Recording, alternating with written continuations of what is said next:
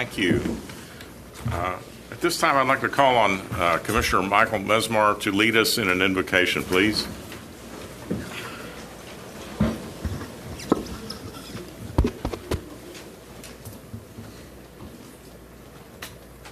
This being Holy Week, Easter is Sunday. Read from Psalm 14. Hear a just cause, O Lord, attend to my cry. Give ear to my prayer from lips free of deceit.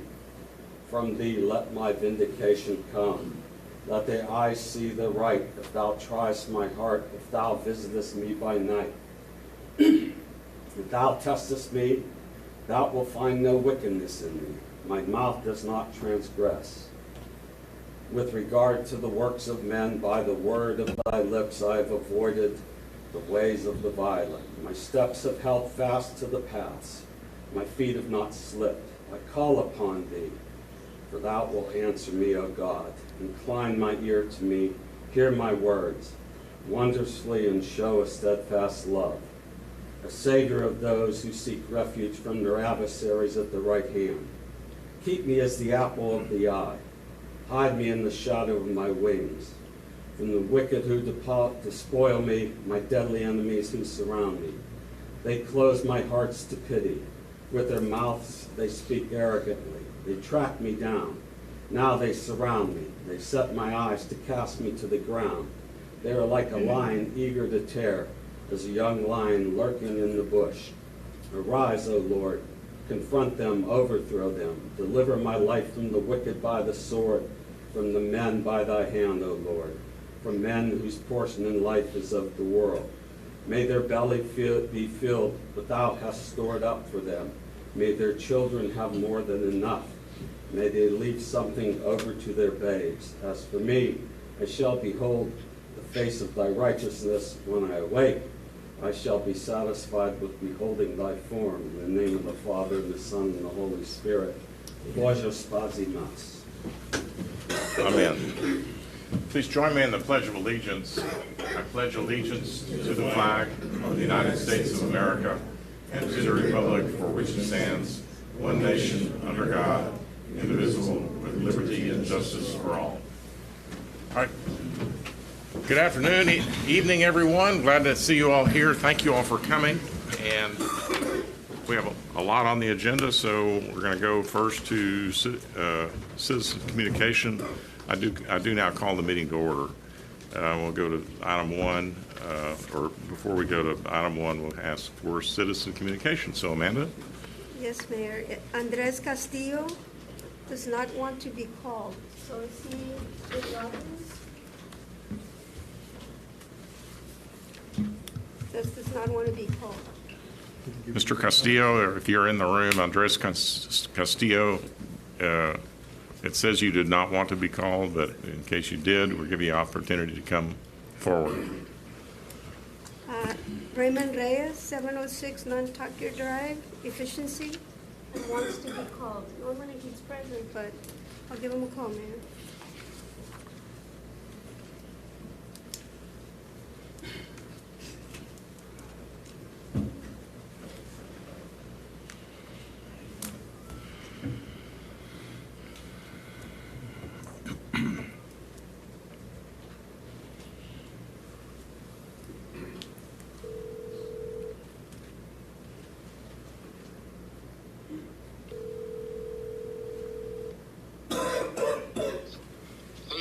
Hello, Raymond. This is Amanda Lizondo. You signed up for Citizens Communication. You have...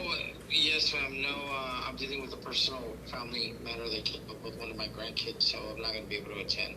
Okay. So I apologize. Thank you so much. Bye-bye. Thank you. The next one is Ron Lozano, and I think he's outside, Mayor. 2410 Riverside Drive.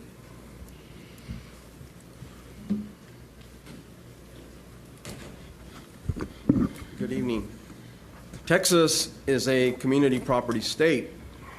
It is the policy of the city that the proper operation of democratic government requires that city officials be independent, impartial, and responsible to the people, and that the public have confidence in the integrity of its government and its government officials.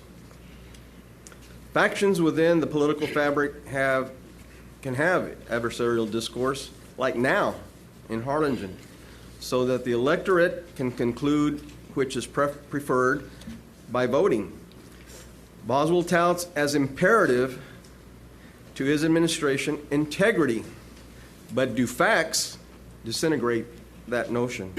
The central fact is he knew, and he's a lawyer, by offering a loan to one on the commission body, it creates an awkward view that the recipient commissioner is somehow beholden to him. And this occurs as he is the spouse of the most powerful person in the first community bank lending institution. And as he's recently noted, a person has substantial interest if he owns $15,000 of bank shares or 10% of voting shares.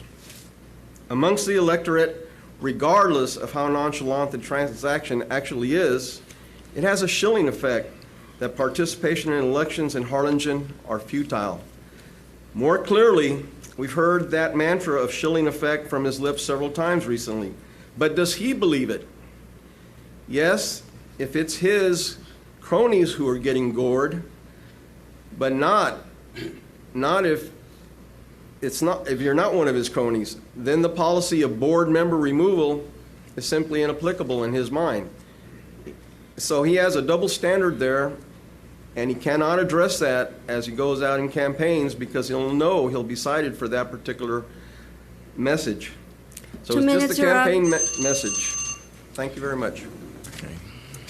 Next. The next one is Ebony Solis, and she wants to be called 120 West Louisiana, and it's on a youth council. I'm calling her.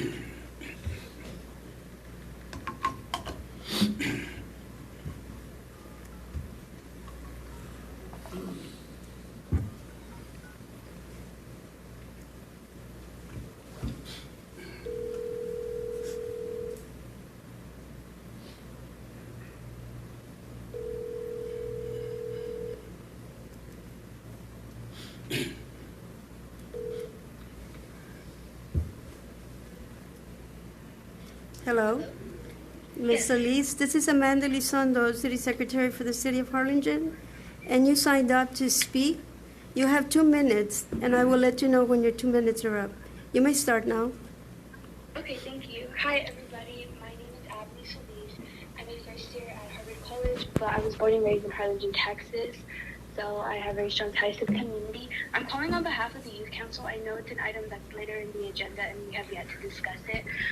But essentially, I came to Commissioner Bettis to propose a youth council in the mayor's office, essentially just trying to create a space for youth in the community to voice their opinions and have a space on issues related to their community, and also creating a pipeline to public service and leadership. It would be really amazing if this could get passed, and so we can invest in our future by having youth involved within city matters and just learning more, ultimately building like civic engagement within youth, which we know is a very important and very impactful part for the future. And so that's essentially why I was calling. I don't really have much else to say, but I appreciate the time that was given to me, and thank you, Commissioner Bettis, for believing in youth and for believing in me and listening to my concerns around this. Thank you. Thank you. Bye-bye. The next one, Mayor, is Scott Alex, and I believe he doesn't want to be called, but he does have a statement that I can read, Mayor. Okay, please read it. Okay.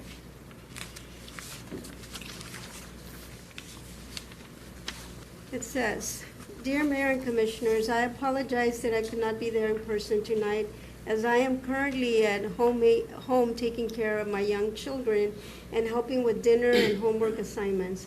With all due respect, I do not think the Commission should even consider this item when you have so many other important issues before you. I will agree that having the State of the City address after business hours would allow some to attend in person that might not otherwise attend, but I do not believe that you will actually increase the number of attendees. In fact, I anticipate the numbers to actually go down.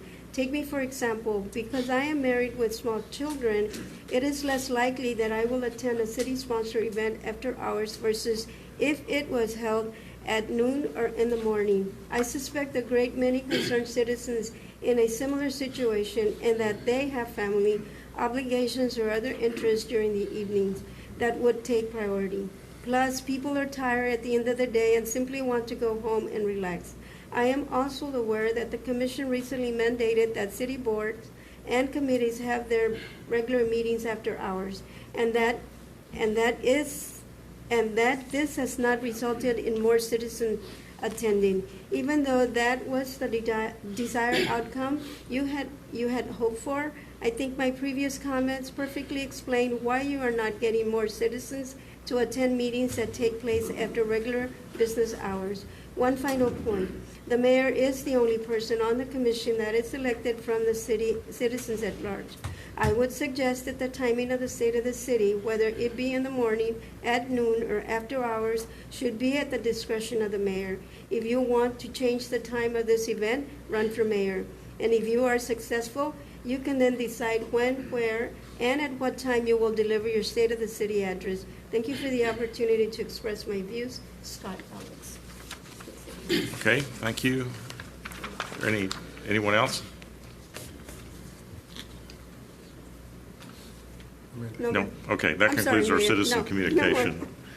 All right, so item 1A is a presentation of a recognition award to Faith Franklin and Coach Hickle Willery from the Harlingen High School Cardinals track team. So if they would like to join me and anyone else that got with their group, and Do you have the? we're gonna let them get them up here, and then we'll show the. Okay, great. ask you to Thank you. run the video. Thank you, Mayor.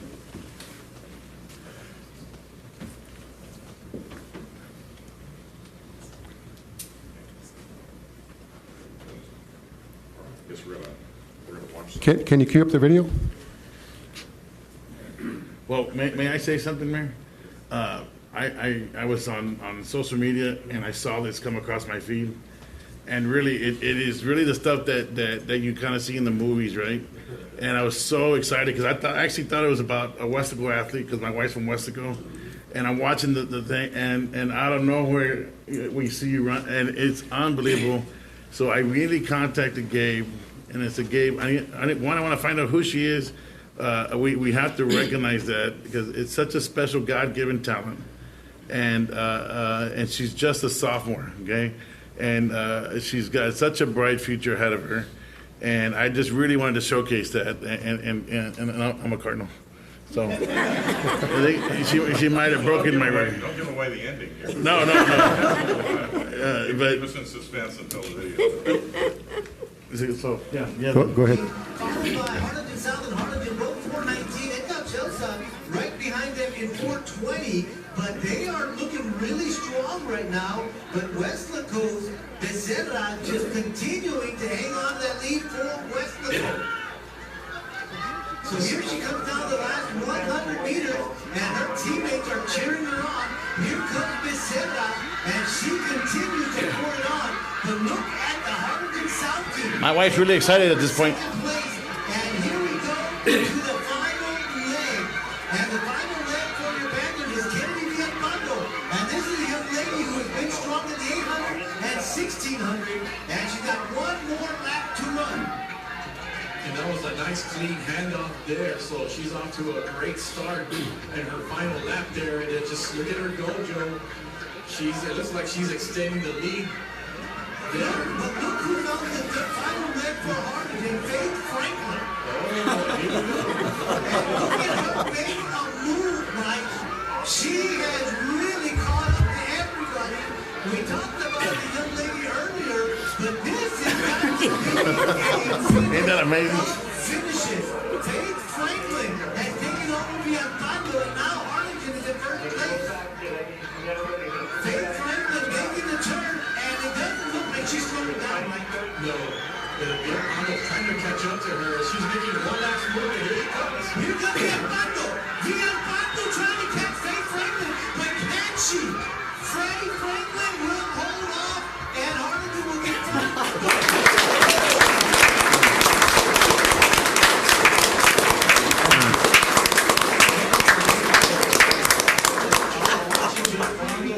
And it was like she was in the big That totally took me back to high school. and just ran out of the meters there.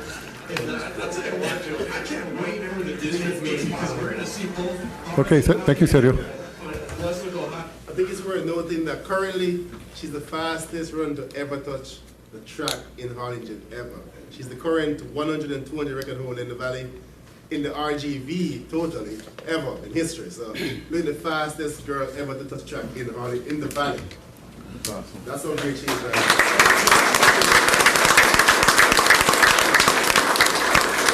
Well, it's a great idea to recognize her, you, for the outstanding work that you've done, the recognition that you brought home to your hometown, and we really appreciate all that you have done, and you're so deserving of this recognition. So we have a nice plaque for you. It says, the City of Harlingen congratulates Faith Franklin, a sophomore at the Harlingen High School, for her outstanding performance at the following track relay meets.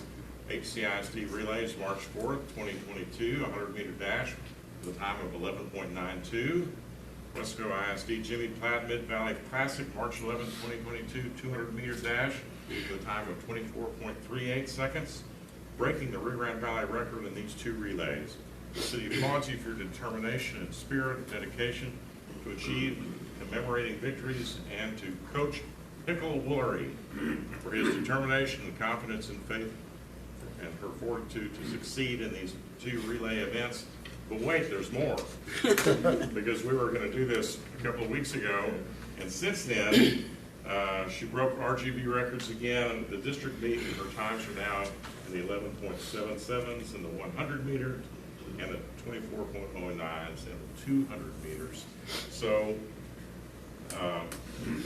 we can't change the plaque, but I'm sure you've got a trophy to go along with the plaque. So congratulations. We're so proud of you, and we're so happy for you. And congratulations, Coach. I know there's a lot of pressure. Bad knee.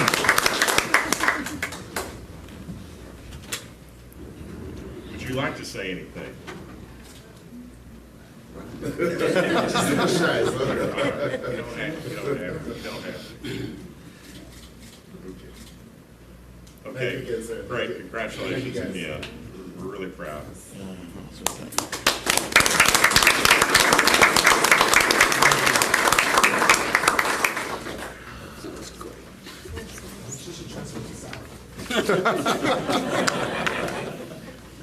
All right, and speaking of being proud, we have a presentation of a recognition award by the Texas Police Chiefs Association Regional Director for Region 12, Chief Michael Vela, to the Harlingen Police Department for being in compliance with the 170 Texas law enforcement best practices, and herein recognized by the Texas Police Chiefs Association Best Practices Recognition Program. Chief and Chief. Honorable Mayor, council members, and members of the Harlingen community, good evening. My name is Michael Vela. I'm the Chief of Police at the Palmer's Police Department and a member of the Texas Police Chiefs Association. I am honored to be here this evening and represent the Texas Police Chiefs Association Recognition Program. The Texas Police Chiefs Association is made up of over 1,500 professional police chiefs throughout the state who are dedicated to improving the delivery of quality police services. I'm here this evening to present the Harlingen Police Department with their certificate of re-recognition for continuing to maintain their compliance with Texas law enforcement's best business practices for law enforcement for the past 4 years. Several years ago, the Texas Police Chiefs Association developed an accreditation program for Texas law enforcement. Many of you know about the accreditation programs for schools, universities, and hospitals. They are all programs of professional excellence and all require proof of compliance with a set of professional standards. Ours is similar. It is a voluntary program where agencies must prove they meet or exceed 170 difficult standards, and the standards are based on Texas law, Texas court decisions, and contemporary best practices as identified by the TPCA. These standards address the full range of law enforcement operations such as use of force, protection of citizen rights, vehicle pursuits, property and evidence management, and patrol investigative procedures. And that's just to name a few. This program has become the standard for professional law enforcement in Texas, and agencies across the state are working diligently to meet these requirements. Approximately 12 years ago, the Harlingen Police Department first attained their recognized status with the TPCA, and it was not easy to do. The agency had to conduct a complete audit of all its policies, procedures, and operations in order to meet these standards. Since that time, the agency has submitted annual reports that were reviewed to ensure they continue to meet standards and continue to provide the citizens of Harlingen with effective police services. In November of last year, trained assessors, police chiefs, and command officers from other parts of our state spent 2 days conducting another assessment of the Harlingen Police Department. These assessors interviewed staff, inspected facilities and operations, met with field officers, and ensured compliance with all the standards. Their report was then sent to a recognition committee comprised of 9 active police chiefs from around the state who reviewed the report and voted to award recognized status. That vote was unanimous. During this process, the Harlingen Police Department has once again proven that it meets or exceeds the best practices for professional law enforcement in Texas. Of over the 2,700 law enforcement agencies in the state of Texas, only 185 agencies have achieved this recognized status in the state of Texas, and fewer have been re-recognized. This evening, we officially recognize the Harlingen Police Department for their outstanding performance. And what does this mean for your community? The recognition program assures both city management and the citizens of Harlingen that their police department is operating in a manner that reflects the current best practices of Texas law enforcement. It means your police department is continually striving for professional excellence, and it means your police department is one of the very best in this state. The certificate we present this evening is symbolic. While it is clearly the mark of professional excellence, the real value of the program is the process they must complete to receive this certificate. And once again, this is not the end of this process. The department will continue to submit annual reports to assure continued compliance. And in 4 years, we'll be back for another on-site inspection to ensure the agencies continue to comply with all the standards. The Harlingen Police Department is a leader in law enforcement in Texas, and you should be very proud of their accomplishment. Chief Kester, will you please come forward and please accept my congratulations. Thank you, Chief Ella. Mayor, Commissioners, like I said, this has been going on since 2013 when we were first recognized, and now we have for the second time been reaccredited. So this is your police department, and I and you, we hold it to the highest standards of excellence in the policing profession. So we're going to get some pictures, and we'd like for you to join us. All right? Chief.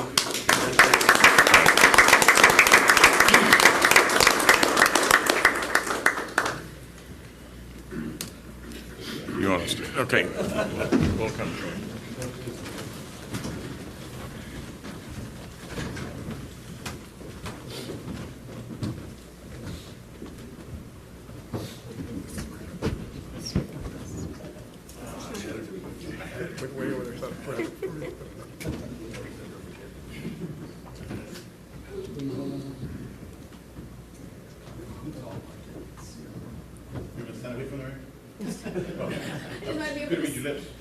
Want to see your face.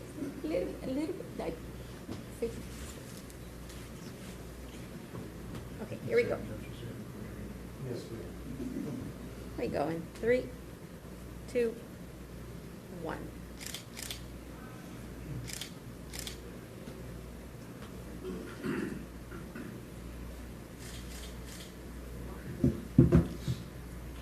Police camera?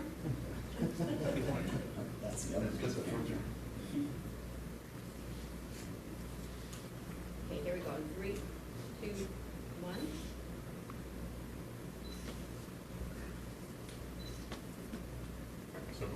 So before you break out, I just want to say that we are really proud of our police department. All of us are, and we want to convey a sense of pride to the entire community about what you all. This is a real symbol of dedication. It takes a lot of work to get certified in almost anything, and have an entire department be certified for best policing practices is a monumental body of work that each and every one of the members of the department deserve recognition and credit for. So we congratulate you. We thank you for doing this. It's not something that you have to do. It's something that you want to do to be the best, and you are the best. And we thank you for that. Thank you. Thank you.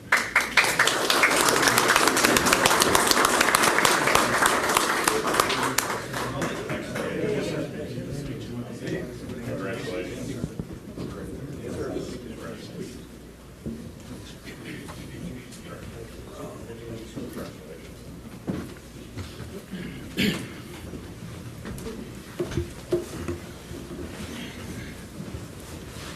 Phrases. Fog comes in while we look at its feet. Okay, item 2 is the approval of the minutes of the regular commission meeting, city commission meeting of December 1st, 2021. Is there a motion to approve the minutes as presented? Motion. Second. All those in favor say aye. Aye. Those opposed, like sign. The motion carries. The consent agenda, items A through G. Is there a motion to adopt the consent agenda? Motion. Second. All those in favor say aye. Aye. Those opposed, like sign. Motion carries. Item 4, presentation and possible action by Safe Global Services regarding the evaluation and review of the City of Harlingen's public funds investment policy. Mayor, this is in the nature of an audit. I just wanted to give the commission the option to go into executive session and consult with legal counsel regarding this matter. Okay. Does anybody want to go into executive session to? So moved. Second. Okay. All those in favor say aye. Aye. Aye. Those opposed. All right, this time the city commission is going to meet with their attorney, and hopefully this won't take too long. We'll be back soon.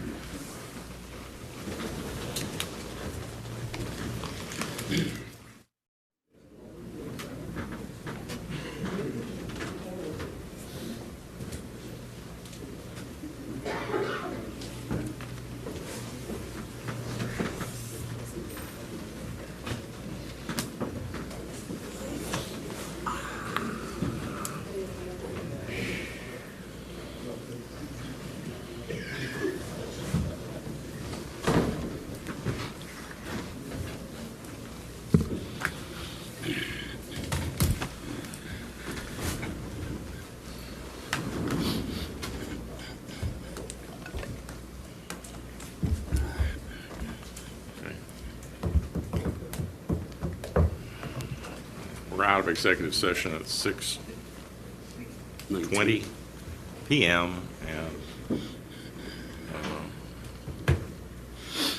we'll give Commissioner Uribe a couple of minutes to return to the room.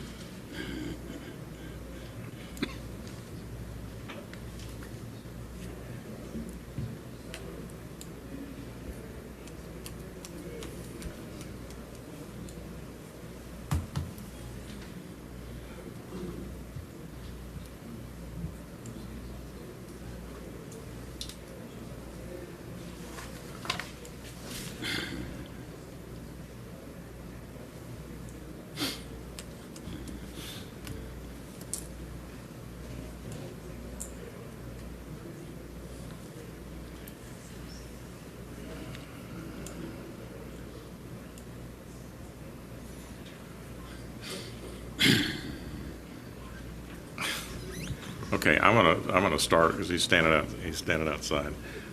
Gabe, you want to tell us what we're going to do next? Yes, Mayor. We're going to get a report from Jorge Cisneros from SAFE on the report they're submitting. Jorge? And then from there, after he's... Could you Officer DeLua, would you just tell Commissioner that we're starting?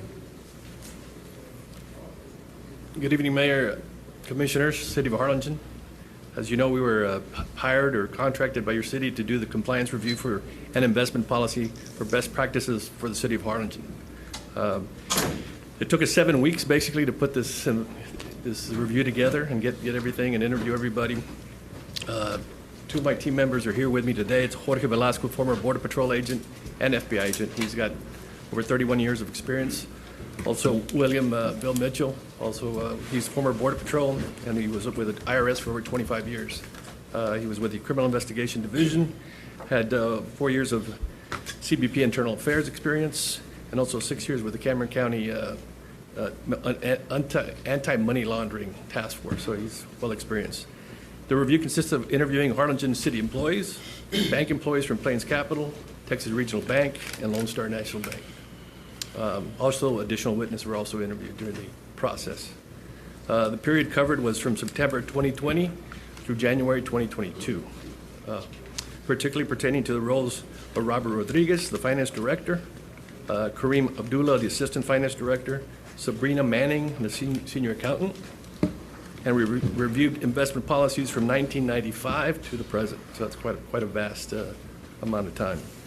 Also is ethics policy for the City of Harlingen, City Charter, the Texas Local Government Code, as it pertains to investments and conflicts of interest. Additionally, based on a request, we also asked the IT department to give us emails. They gave us over 141,000 emails. Okay. Those emails consisted from August 2020 through January 2022, and those are all pertaining to the Finance Department. Just to narrow it down, the type of emails we were going to be looking through, we asked the IT department to go through keywords such as CDs, investments, rates, deposits, certificates, interest, and that kind of narrowed it down to 5,000 emails. So we went through all those as well. So what you have in front of you is what we did as a summary, basically summary report, finding the issues, and also the findings per our review. You have that summary in front of you, and all the reports have also been given to the city manager for his review as well. So that's what we have right now to report, sir. Mayor, we'd like an opportunity to go through them and then provide a response to some of the findings that they've generated, and then perhaps bring this back to the commission for final approval at maybe the next city commission meeting. Gabe, may I ask him some questions for the benefit of the public? Yes. Did you find any criminal activity? No, sir, we did not. No criminal activity at all.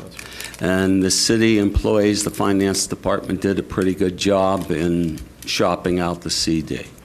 Yes, sir, those are part of our findings, sir. Right, but I'm just getting you to speak for the benefit of the press and the public out here. And so there's, I read it before the meeting here, and it seems to me we need to tighten up a couple of screws and a couple of nuts and bolts. But other than that, we're doing a pretty good job, correct? Yes, sir. Oh, so we're doing a good job. Okay, thank you. Mike, I'd like to, the way I read the report, and this is why I want to give the city staff an opportunity to respond, that there were things that were done inappropriately that we need to fix, right? In the efforts of transparency. And I. What was done inappropriately? He said there was no criminal activity. I'd like to let the city respond, and then when we come back to our next meeting, we'll go into it. All right, I don't want to have that long debate right now. It's about, are we following the best practices? Are we doing what's best for the city? And so I think by you trying to summarize that right now, I think that's kind of inappropriate. Well, I was just trying to clear it up for the press and the public that there was no criminal activity and that the finance department did the best they could. There's a difference between criminal activity and inappropriate activity.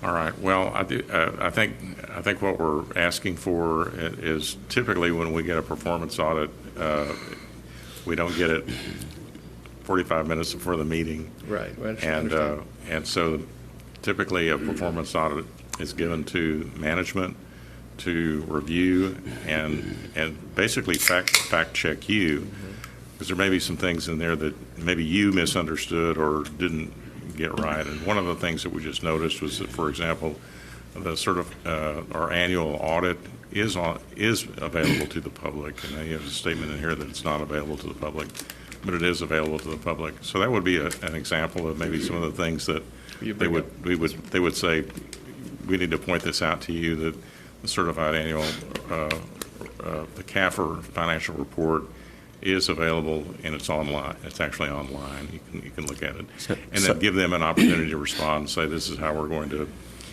address your recommendations. Right. So that's what we're going to. I think that's what the intent is, and so we won't take any action. There's no action to take tonight, but thank you for the report. Yes, sir. Okay. All right. So let's go on to the next item. Actually, we have some folks here that are on another executive session item that we'd like to go ahead and take up right now. And then if you're here on a public hearing for whether rezoning or other matters, we'll take the public hearings up, so that if you have something before the commission, we'll get to those next, and then we'll take the rest of the routine items up. So right now, with the commission's approval, we'll go to item 19, closed executive session pursuant to 551.072 Government Code regarding economic development and other purposes regarding Project Cube. So moved. Second. All right, all those in favor say aye. Aye. Those opposed, like sign. All right, ladies and gentlemen, we're going to meet on an economic development project. We have several visitors in the audience. We want to get to them and some other staff so they can go along, and then we'll go on to the other public hearings.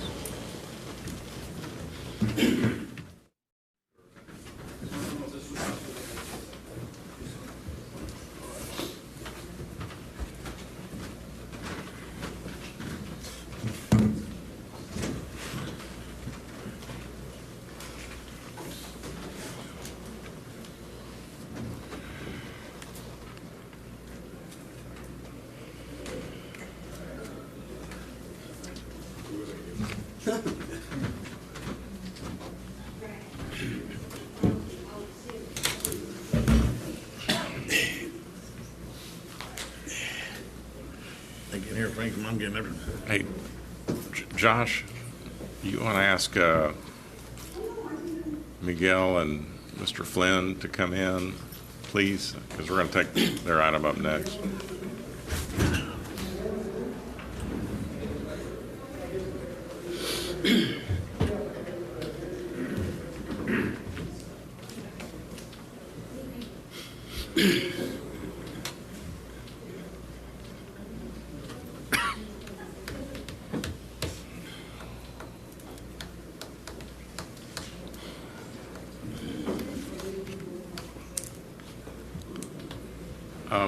Okay, so we're out of executive session at 6:53, and we will wait for the rest of the commission to return and form a quorum. All right. Okay. Maybe we ought to get the city manager in here. What item number are we going to, sir? Mayor, what item number are you going to go to? I'm going to go to item 14. We're going to do these public hearings where there might be some folks that have business before the commission. So we'll go to item 14 through 17, and then go back. Okay, so we'll go to item 14, which is a public hearing to consider an ordinance on first reading to amend the planned development PD district by reconfiguring the site plan of the proposed Treasure Hill City Phase 1 subdivision bearing a legal description of 32.67 acres out of Block 139, San Benito Land and Water Company subdivision located on the west side of FM 509, approximately 4,000 feet south of FM 106. Good evening, Mayor and Commissioners. The applicant is requesting to amend their plan development site plan, which was previously approved by the City Commission back in November of 2021. And the reason they're configuring their subdivision is there was a utility line that was discovered on their property, so they're reconfiguring the lots and the street layout around that utility line. This is the subject property. You can see it's located on the west side of FM 509, south of FM 106. And this is an area view of the property. And this property is currently vacant. This is a street view of the property, of the vacant property. This is a proposed site plan. As you can see, this is a utility line that was discovered on the property. So they reconfigured some of the lots around that utility line, and then, of course, they changed the layout of this street from a through street, which connected to this street. Now it's a cul-de-sac street. Other than that, everything remains the same. It's 150 lots, which would be used for townhouses and condominiums. And they are proposing commercial lots on the west side of the property. Engineering, fire, and building inspections have reviewed and approved the request. We did notify the property owners within a 200-foot radius of the property. Staff received no objections. And of course, this is the previous site plan that was approved in November. Staff has recommended approval subject to compliance with drainage requirements, compliance with Fire Prevention Bureau requirements, and building code requirements. And of course, the P&Z Commission, as mentioned, the public hearing was conducted. There was no concerns addressed at the meeting. The P&Z Commission also approved it by a 5-0 votes. I'll take any questions, and the applicant is present for questions. Yeah, I've got a question. Is that a live utility, or is that just dead right away with nothing in it? It's a live utility line. Yes. Oh, okay. Yes. Okay, I'm going to go to item A, which is the public hearing. Open the public hearing. Is there anyone who would like to speak for or against the amendment to the plan development? Is there anyone? Hearing no one, I'm going to close the public hearing and go to item B and ask the city attorney to read the caption, please.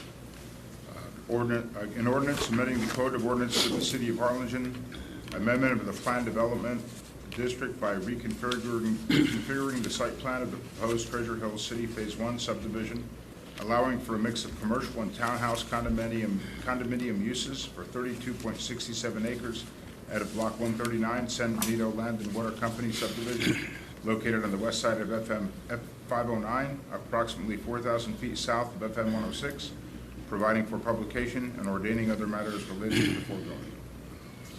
So moved. Second. Any discussion? All those in favor say aye. Aye. Those opposed, like sign. The motion carries. All right. Public hearing, item number 15, public hearing to consider an ordinance first reading for a special use permit to allow a battery storage energy facility in a general retail GR district located on a property along the east side of Tucker Road, approximately 500 feet south of Lincoln Avenue, bearing a legal description of 4.592 acres out of 5.380 acres out of Block 1, Howard Dixieland Heights Subdivision, applicant SMT Harlingen LLC, care of Francisco Gonzalez. Well, Mayor, Commissioners, the applicant is requesting a special use permit to allow battery energy reserve facility on the subject property. This is the subject property. As you can see, it's located on the east side of Tucker Road, just south of Lincoln Avenue. The property has about 160 feet of frontage and a depth of about 280 feet at its longest point. This is a site plan that was submitted for the subject facility. You can see they're proposing a concrete pad about 70 by 120 feet, which have the battery energy reserve in a container along with transformers. They're proposing a cedar fence on the rear of the property, and they're proposing a concrete a little drive on the front, and proposing landscaping on the perimeter of the property. This is an aerial view of the property. You can see most of that area is generally vacant. There is a cell tower in the subject, adjacent to the subject property. And of course, you have the AEP substation to the northeast, and then to the southeast, you have a mobile home park, and then you have residential use and vacant land to the west. This is a street view that shows the cell tower in the subject property. And you can see the property is currently vacant. There's no trees on the property, which is the applicant is proposing to plant at least 8 trees, and then the P&Z Commission asked for an additional trees on the property. And this is an example of what it may look like. Building and Fire have reviewed and approved the request. And this is a property owners with a 200-foot radius were notified. We did receive one letter in opposition from one of the surrounding property owners. And this is a subject property which represents 13% of that property within the 200-foot radius. Staff did receive an email today from one of the surrounding property owners, which is this property here, which He didn't state he was in opposition, but he did say he had a concern about the proposed use on the property. And staff is recommending approval subject to the compliance with the planning, fire, and building regulations. They are required to install a 6-foot opaque fence along the front of the property with landscaping and irrigation system between the fence and the pavement, and then, of course, add another row of trees to the side where there's residential areas on that property. And the P&Z recommended approval and by a 5-0 vote. I'll take any questions, and the applicant is present for questions.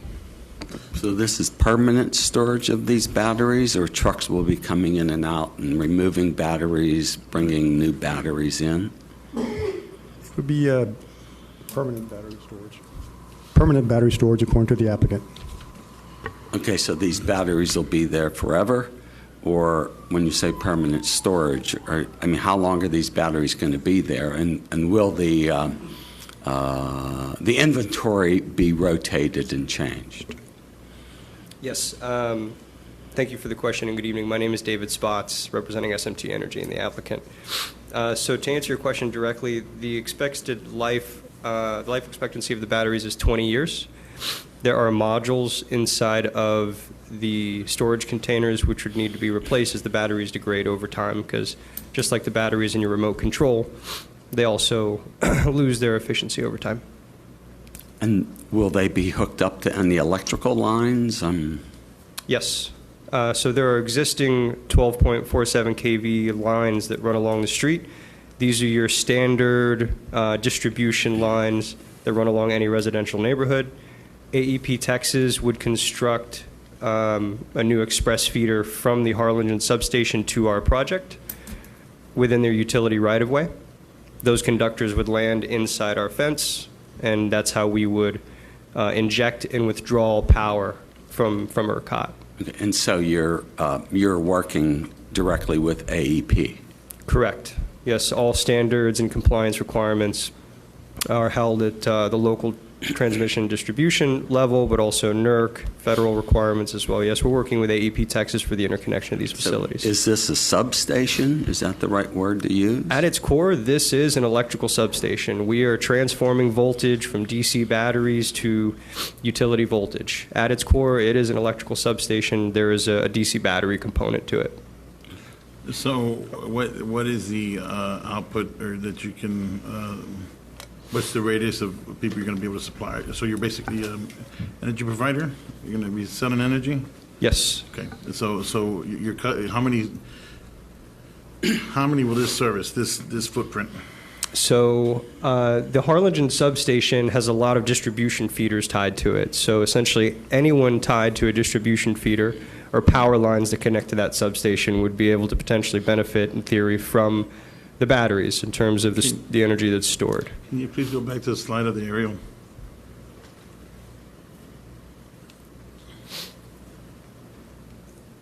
That one. How much, is that the only piece of property you own, or do you own more? Is there a possibility of expanding it to larger, or do you have other properties in the city that you may want to duplicate this process? We do not own any more land in the area. We cannot expand the system.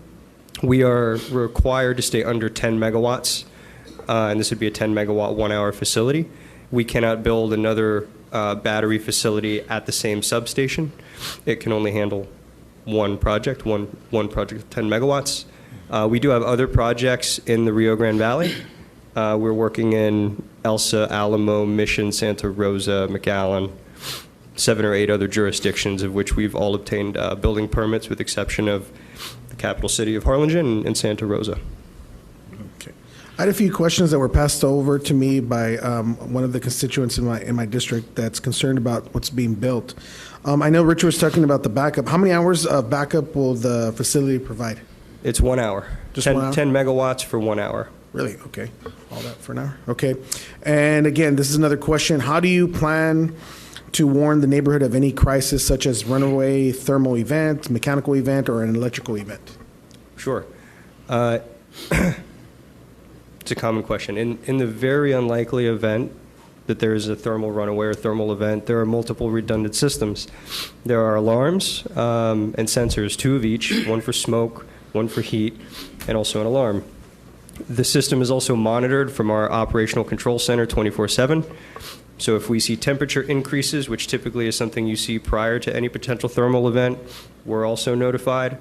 Our lenders are also notified. There's another independent engineering consulting group who's also notified. And in the event that there was any form of fire inside the container, there are two redundant systems. There is a chemical dry type suppression system to choke the oxygen out of the container and put any potential fire out. And then there's also a hydrant at the street, which local EMS can use to protect neighboring homes or properties, what have you, and try to prevent any fire from spreading. Okay. How do you plan to engage our first responders, such as the fire department and utilities and EMS? Are you going to provide them with proper training and equipment? Yes. Yeah, we are here to provide training. Lithium-ion batteries are in more than just our cell phones these days. They're in a lot of cars and trucks, airplanes, things of that nature. Training EMS on how to deal with lithium-ion batteries is not something that's particularly new. They've been going through training for years to deal with the Tesla vehicles and the Volts and all of the new products, which all contain similar lithium-ion batteries. We have a recommended fire training program that our equipment supplier would host and we would facilitate. It's a several-day training. There's also startup shutdown procedures, operating guides, as well as information posted on the gate of the facility to assist in the event of an emergency. Okay. And do you have protocols and staff to handle a cyber terrorist attack? Briefly describe these measures. Yeah, sure. That's interesting. So we have something called Hybrid OS. Hybrid OS is our energy management system, and that energy management system is going to control not only the state of charge of the battery, but how the energy is dispatched into the utility itself. That EMS is a piece of software, and it has cybersecurity measures attached to it. I know because we signed the contract for it, and cybersecurity was one of the points that ERCOT required us to insert into these contracts. So ERCOT nodal protocols, in order for us to be in compliance with ERCOT requirements, we have to have a certain level of cybersecurity features within the software. Okay, cool. And how do you plan to protect the irrigation water from chemical contaminations? Should the water or land become contaminated, how long will the environment be affected, and what potential risk is passed to our native wildlife, which is a tourist attraction?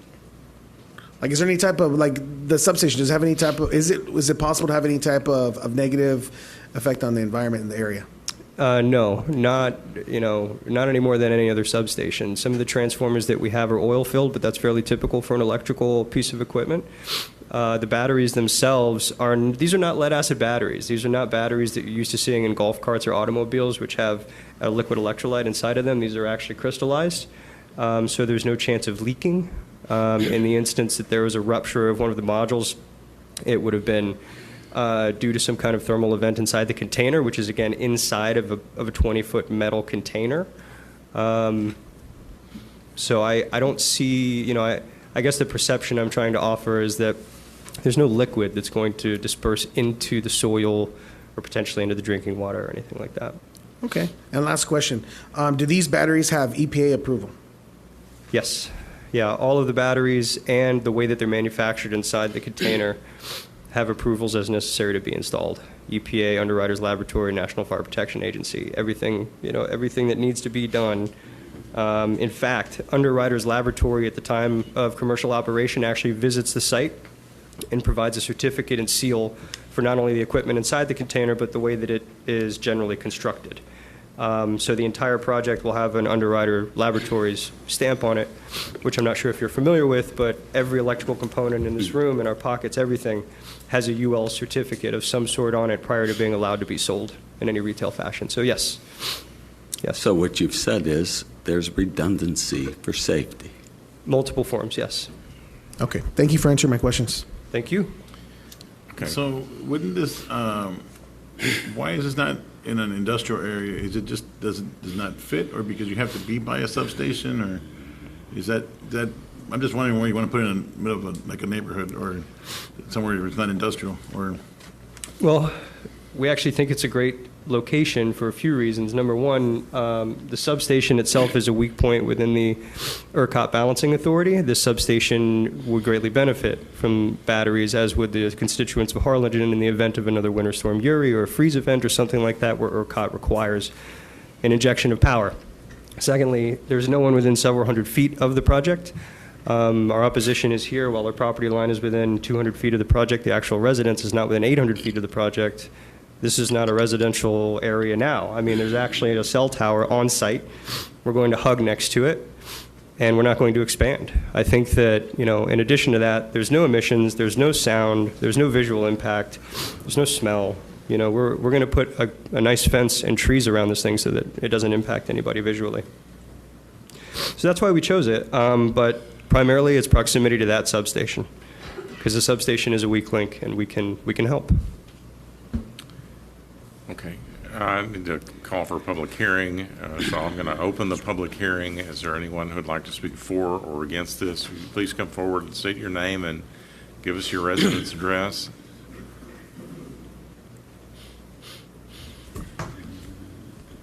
My name is Lyndon Nguyen, and I live on Bothwell, which is right there off of Tucker Road where this is going to be, and it is my hay field that comes within that 200, okay? And it's a hay field, so of course I have concerns for fire. Because when they come to bale my hay, they make a lot of dust, okay? And I'll tell you about the dust in a little bit. But as we understand, okay, and I read several magazines, Journal of Energy Chemistry, Power Magazine, lots of resources, Utility Drive from the fire, NERC that he mentioned, NERC. So I read from a lot of their sites. Still, there is a risk involved. Okay, and so we have to make this decision knowing that there is a risk involved. There's a risk involved for some of the hazards, and they're called like thermal runaway, and that is self-heating of the battery cell. Okay. Also, when they overheat, this generates a flammable and toxic gas. Now, he was saying differently, but several articles have talked about this gas, but in this article they even label the different gases that can escape, okay? Carbon monoxide, carbon dioxide, hydrogen, methane, ethane, and other hydrocarbons. I saw that other hydrocarbon on a different write-up.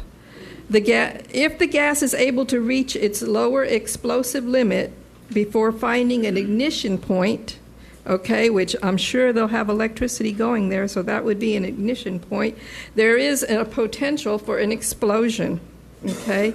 And there are several explosions that have happened in the United States. I read up on some of them. Arizona probably the most recent and most famous, in which 4 firemen were injured. That's why I wanted to know what would be in place for our first responders, for their safety as well. Okay, and I'm speaking up for them and my neighbors who, I don't know how many people were notified of this hearing. Am I the only one? Well, 5 persons? Okay. I know the other person down the street is a renter, so he may not care, and he can always move. Well, ma'am, Okay. I have a friend that lives down that road. Okay. And was not notified, maybe because he was not in Within the 200 feet. Right, That's why I said it. But he shared the same concern that you have. Right. And Okay. he wasn't sure that any of his neighbors would be. Right. And some of the things that can affect these ion batteries are ambient extreme temperatures, which we had, 103 about 2 weeks ago. Okay. Seismic activities, which we had an event here in San Benito, which we thought we felt part of that tremor here. Floods, my property always floods, always, because we're downslope. Of course, he has the drainage ditch in front of him. That'll probably save him, okay? Dust, okay? So when they bale my hay, I have a picture of them baling hay here, and it makes a big dust plume, okay? It can, I don't know exactly how, but it can affect these energy storage buildings. Rodent damage to the wiring, because I have a hay field. I have so many field mice, I had to employ about 3 cats. Only one does its job, but because there are so many in that area besides the other animals that live there. The possum, I saw a possum on the porch last night. So there's a lot of, and rabbits.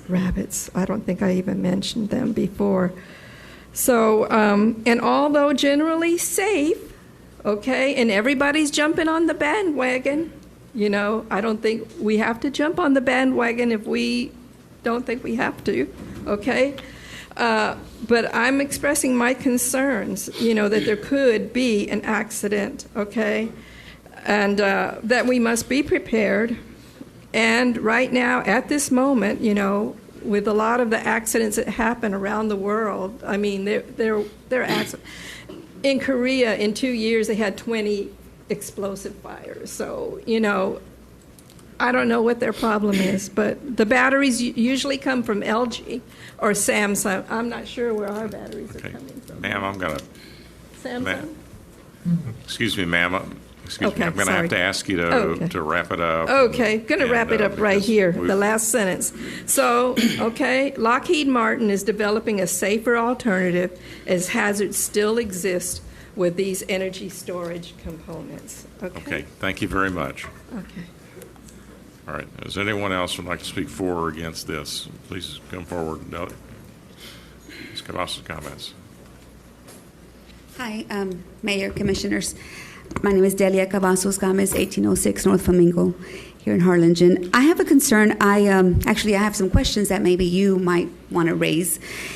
In learning about this project, I wondered, and maybe it's been answered, where this information that we're getting here, is it started off from grants that this started with, maybe? And if so, how, in addition, in those 20 years, will it cost us as residents of Harlingen any money? Is it maybe going to be included in taxes in the future?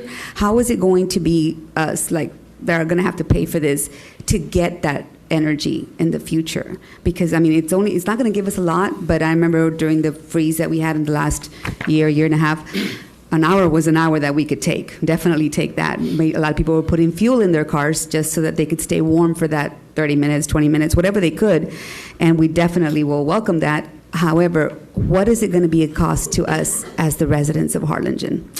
And I just have that one question. I know I can't speak to him directly, but maybe one of you would like to answer that. Thank you. Okay, thank you. Go ahead. You want to answer? Yeah. Yeah. Very, very happy to. So it's true that we'll be buying energy from the grid. We'll also be injecting it into the grid, but ultimately there's only a net benefit to the town in form of tax benefits and tax payments on the land itself. So ultimately zero cost to the citizens of Harlingen. Thank you.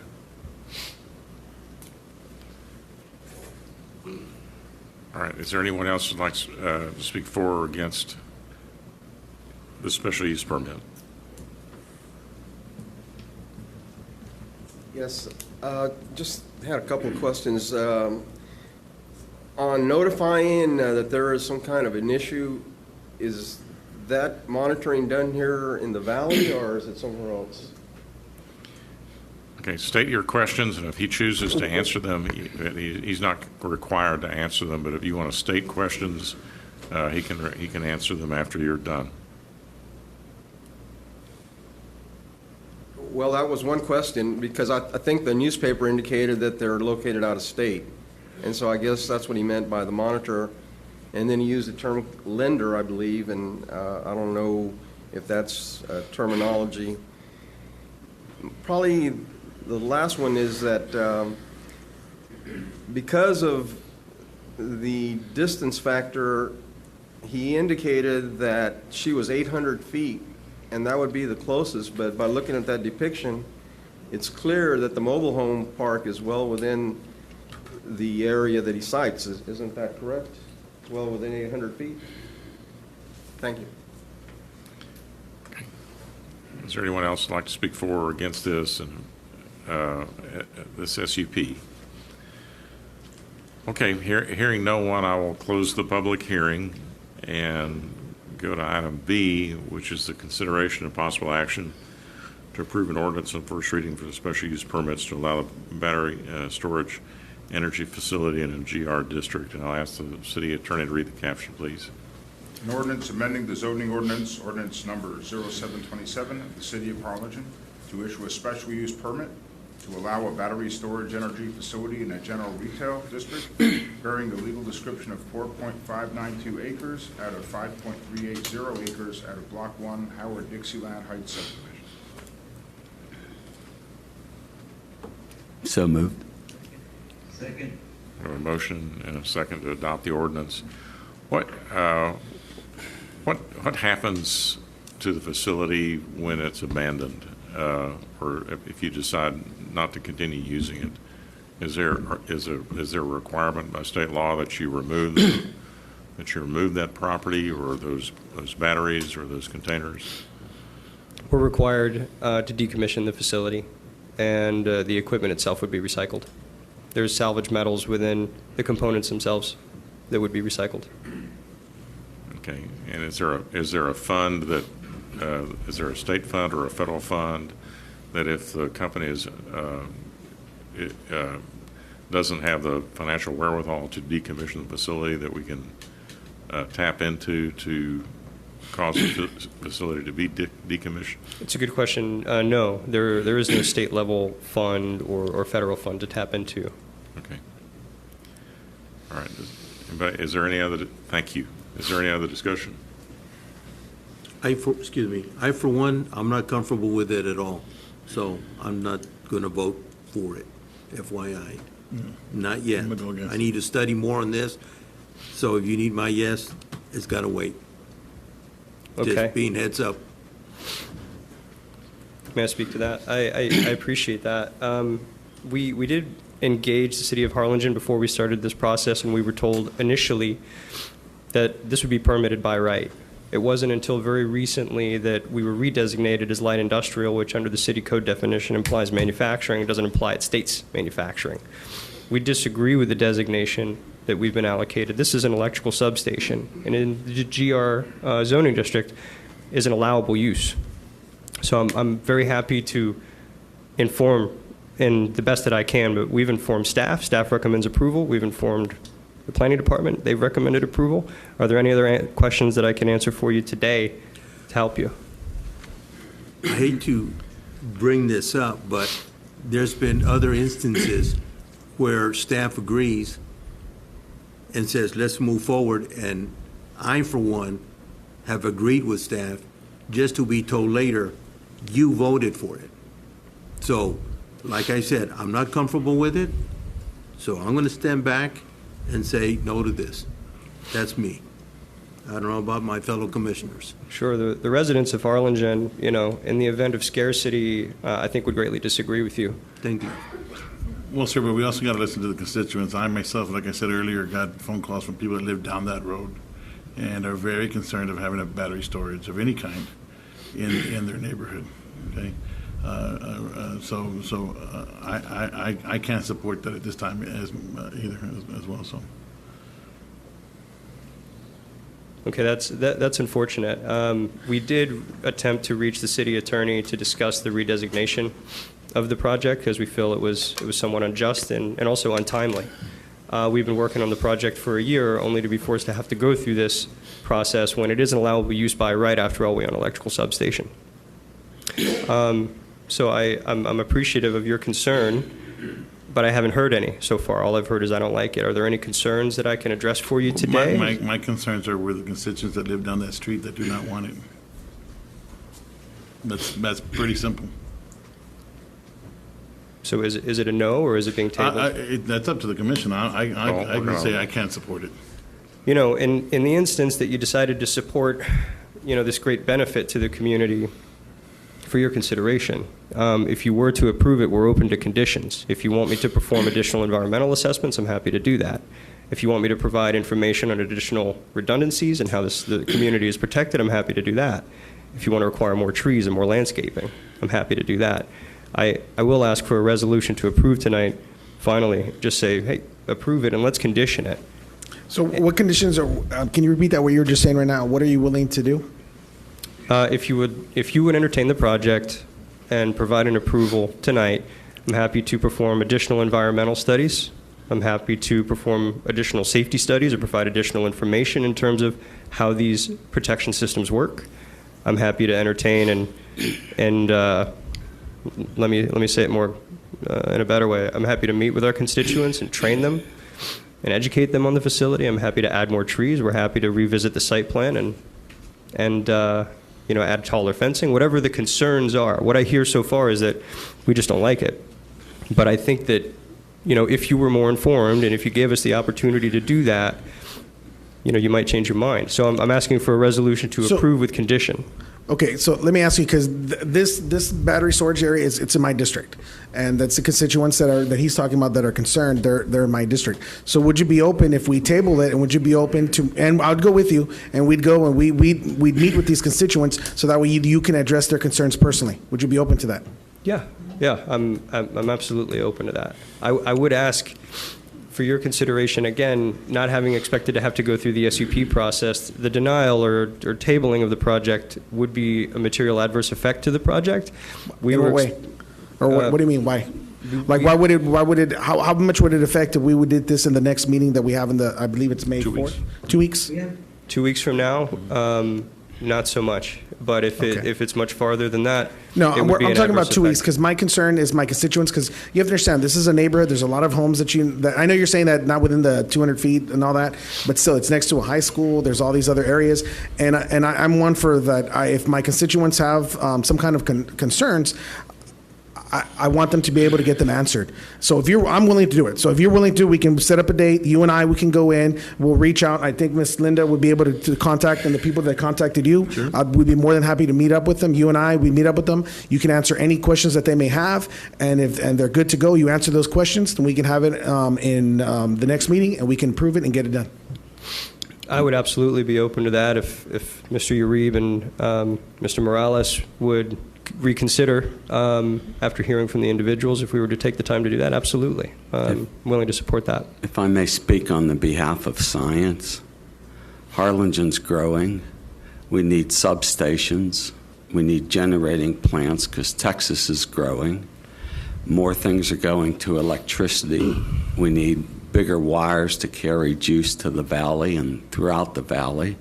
And we need substations to store electricity in for when storms come through, whether they be tropical or from up north. I agree. It's just growing pains of a city that's growing. And if you deny the citizens the right to have dependable electricity, that's who you're hurting, the citizens. I agree with everything you've said, Mike. I agree that I think we do need this. But at the same time, I think it's also important that we don't deny our constituents the right to have their voices heard. And that's all I'm asking. So I make a motion to table so that way I can have a meeting with the constituents. There's a motion already. Oh, I'm sorry. You're right. Correct. And I think if Commissioner Mesmar would agree to withdraw his motion, and if whoever seconded it would agree to that, then you can make a motion to table. Okay. And that's otherwise the alternative sounds to me like it's going to fail. But if we give it,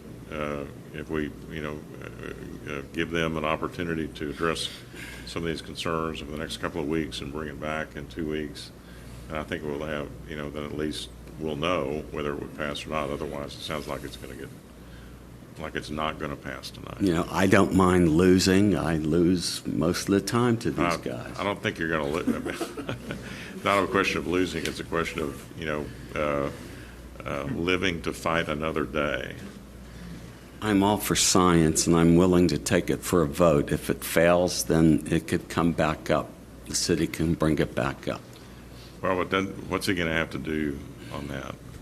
Well, he's got the motion if he wants to make the motion. But if we deny, I know, but if we didn't, if it's denied tonight. Commissioner, I would recommend that if you go ahead, withdraw your motion, table it, and bring it back in 2 weeks, and then it can either pass or not, because otherwise it'll be denied. Otherwise, he's got to start the process all over again, right? He has to go back to P&Z? Yes. Yeah, I mean, he's going to have to start it all over. So if you want this gentleman to have a chance, the best thing to do would be to table it and bring it back in 2 weeks. The man of science is asking you a question. What would you prefer that I do? How can I make your life easier? Thank you. I would appreciate the opportunity, considering the events, to table the discussion and come back in 2 weeks after having the opportunity to work with Mr. Perez and his constituents in District 5. Okay, and on behalf of Mr. Rouse, 6th grade science, where I learned all this stuff all those decades ago, I will withdraw my motion. Thank you so much. Who seconded it? Frank. All right. Commissioner Puente, do you withdraw you concur in the withdrawal? Yes, sir. Okay, now. I'd like to make a motion to Okay. table. I make a motion to table it until further meetings with the constituents. Second. All right, we have a motion and a second to table. All those in favor say aye. Aye. Those opposed, like sign. All right, thank you. Item 16. public Mayor, hearing. I'm sorry to interrupt. Public I hearing. had I'm sorry, can I say something real quick? I don't know, the item's over, but go ahead. Oh, no, not regarding this. No. I got a message from Commissioner Puente. He's saying that he has another meeting or something, and he was hoping to move up to another item because he has a meeting he has to go to. Is that correct, Frank? Okay, so I'm sure he wants to go to item 13. Is this question for the attorney, is this a walking quorum then? No, I mean, it's not a walk. The mayor wants to go to item number 13. The mayor wants to go to item number 13. Okay, well, I think what you're getting at is you want to go to item 13. Yes, please.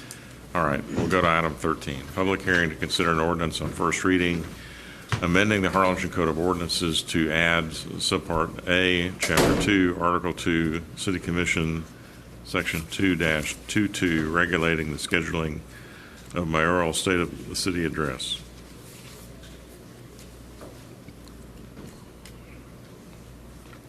Go ahead. This item was requested by Commissioner Perez and Commissioner Puente. Oh, I'm sorry. I was lost. And it was tabled at the last regular meeting, so we'll need a motion to remove it from the table first. Correct. Second.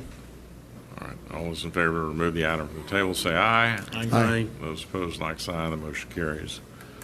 So now, Commissioner Puente or Commissioner Pettis, do you want to present? Yes, I'm the one that asked Gabe to consider this ordinance, to bring this ordinance. The reason for wanting to have this ordinance here is because I believe the State of the Union address, which is a yearly address that the mayor makes to the public, talking about, what the city has done and what the plans for the city are in the future and all that. I think that's a very important address that the mayor makes to the citizens of Harlingen. The only thing is, the way it's scheduled right now is, I believe it's held at noon, and I believe that the 8 to 5 working majority here in Harlingen do not have the ability to actually go to this meeting and see it. Yes. They can watch it on YouTube because some people say, well, they have it on YouTube, but I don't think it's the same thing watching it on YouTube. I think the citizens of Harlingen should have the ability to be able to view this address by the mayor in person. This is geared toward the people of Harlingen, and I think it would be best in the best interest of the cities of Harlingen to get more citizen participation if we were to move it to a time where the majority of the people of Harlingen could actually attend.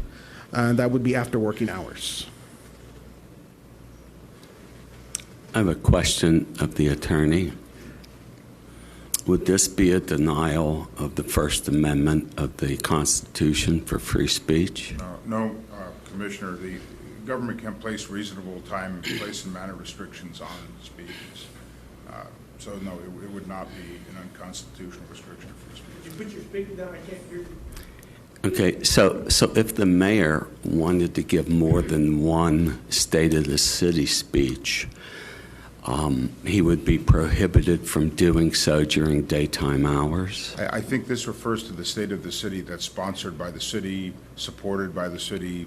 You have city employees supporting it. I mean, obviously, if the mayor wanted to give a private speech on his own time without city resources, that would be a different matter, right? He would have the ability to address that. But in terms of the official state of the city that's sponsored by the city and paid for by the city, employs city employees, no, the city has the right to state when that will be and certainly the right to set a time that the public can avail themselves of that. Okay. And so, Gabe, at this State of the City, there were city employees there, correct? Yes, sir. Yes, sir, there were. Okay, and so they were provided lunch on behalf of the city for the city employees, correct? Yes, that's correct. Okay. And so if we held this in the evening and we invited city employees, would we have to pay overtime to the city employees? No, I don't believe so, Commissioner. Why wouldn't we pay them overtime? They would be attending at their own behest. They'd be invited if they show up. We'd pay a meal. If they didn't show up, then they wouldn't get a meal. Okay. Let me ask you something. Commissioner Pettis and Commissioner Puente, have you know, there's a lot of talk about transparency and wanting to listen to the people and let's get people involved in making decisions. Did you ask the Rotary Club and any of the other stakeholders, like sponsors for the event? This has turned into a charity event as well. Did you ask them to sit down and talk to you about, hey, how about moving this to an evening event rather than a lunch event, and maybe get a group together and see if they think it's a good idea? Well, first off, I did speak to some Rotary members. I actually spoke to Ricky Leal about the city of address, and when I first put it on the agenda, he actually reached out to me, and he's one of my constituents, so of course I always call him back. So I called him back and I spoke to him, and his main concern was just the fact that he thought I was trying to take it away from the Rotary Club. This has nothing to do with the Rotary Club. The Rotary Club is a great organization that does a lot of good work for the people of Harlingen, for charities everywhere. It has nothing to do with the Rotary Club. If the Rotary Club wants to continue holding this event, continue holding this event. The only thing that I'm asking is that you have it at a later hours for more of the public to be able to attend it. And I believe the motto. Excuse me, I'm still talking. Why does it have to be a law? Why do we have to pass a law? Why? Because hang on, Ricky doesn't speak for the Rotary Club. I mean, the board of directors would have to make that decision. If you would make a request to the board of directors, can we hold this as an evening event? And then see if the sponsors who raise money. Well, when I started doing this, I mean, there were probably maybe maximum 75 people attending the event. Now we have over 400 attending the event, and there's a play, and it's not you don't have to pay to go. That was the other thing that I asked the Rotary Club. I didn't make it a requirement. I didn't ask an ordinance be passed. I asked the Rotary Club, can we, even though this is your meeting, can we invite the public, and can anybody come to the event? And they were very gracious and very responsive when I made that request 14 years ago, and they said absolutely, we should open it to the public, and there shouldn't be any requirement that you have to pay to get in, and that's why there are chairs set up in the perimeter of the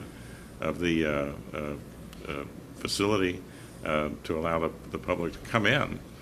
And it's not like, we're going to have another one next month, unless you want one, unless you want us to do another one next month. Well, I enjoyed the food from the last one.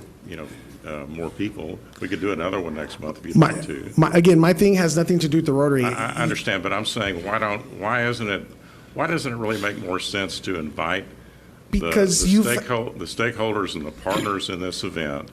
Which, leave me out of it, but invite the stakeholders and the partners in this event to talk with us or talk with you or whoever's concerned about this, and see if they think it's a good idea. They might think it's a great idea.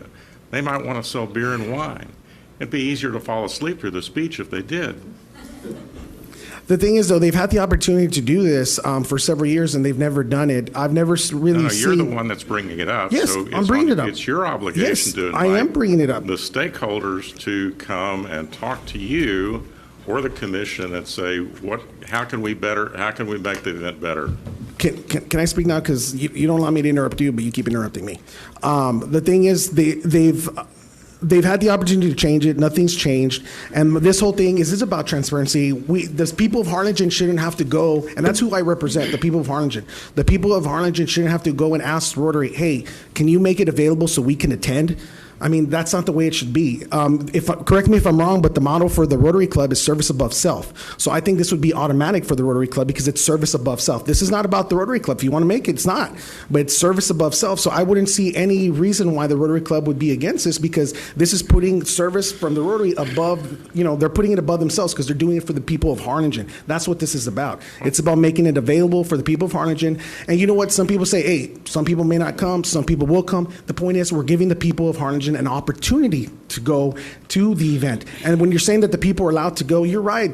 You're right. I've never said once that the public is charged to go to this event. But when I did go to the event, I noticed that in the event, when you say you're talking about where the sitting for the public is, you're talking about way in the back, and you have little folding chairs, and it's way in the back where they're supposed to attend, and you can't really expect the public to go because, again, unfortunately, I'm not fortunate like a lot of people, or not unfortunate, but I'm not a lawyer. I do not have the ability to just take off, in the middle of the day to attend an event. I'm a teacher. The only reason that I myself was able to go to this event this year was because it was during spring break. And that's the only reason I was able to attend. And I believe the vast majority of people of Harlingen that do the 8 to 5, they can't go. They can't go to it. So what is wrong with putting it, hey, you're using city taxpayer money. When I got some information about that, this year we spent $14,645.13 of city money.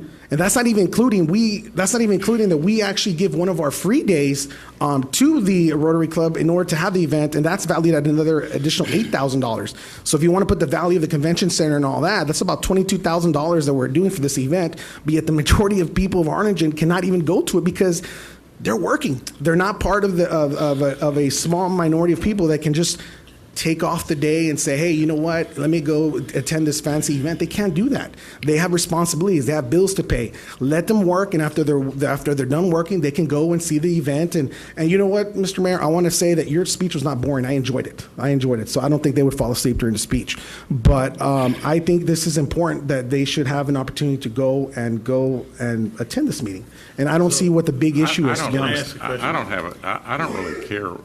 I personally don't care what the event is. My concern is that it just, this notion of forcing things down people's throat through passing an ordinance rather than engaging them and getting their feedback and their input and ask them to do it on a voluntary basis is a better way to do it than to do it this way. And that's my suggestion to you. You have plenty of time. The next State of the City wouldn't happen before February or March of next year, and so you have plenty of time to engage them and to talk with them. If you haven't noticed, in the 1 year that I've been here on the commission, almost a year in May. I'll let you finish. Okay, I apologize. I'd like the same courtesy from you. But if you do it, I think you need to include commissioners in it, because you had a great town hall meeting that you engaged the staff in. I don't know how much we spent on that. I know that wasn't budgeted. I know the State of the City address was budgeted, and you did it after 5:30. You did it on school district property, and there were 30 people there, and I think that's great. I complimented you on it. I went to it. I said, "Good job. Nice deal." I think we need to make this universal for commissioners as well, if they're going to have town hall meetings where they engage the staff to put on a program like you did. I agree 100%. That is why I held my town hall. I intend to hold another one in June. I agree with that. I think we as commissioners should be more engaged with the public. I was actually going to speak to Gabe about having another one in June, because it's important. The people need to know what we're doing, and they need to be able to communicate with us and share with us what they want to do.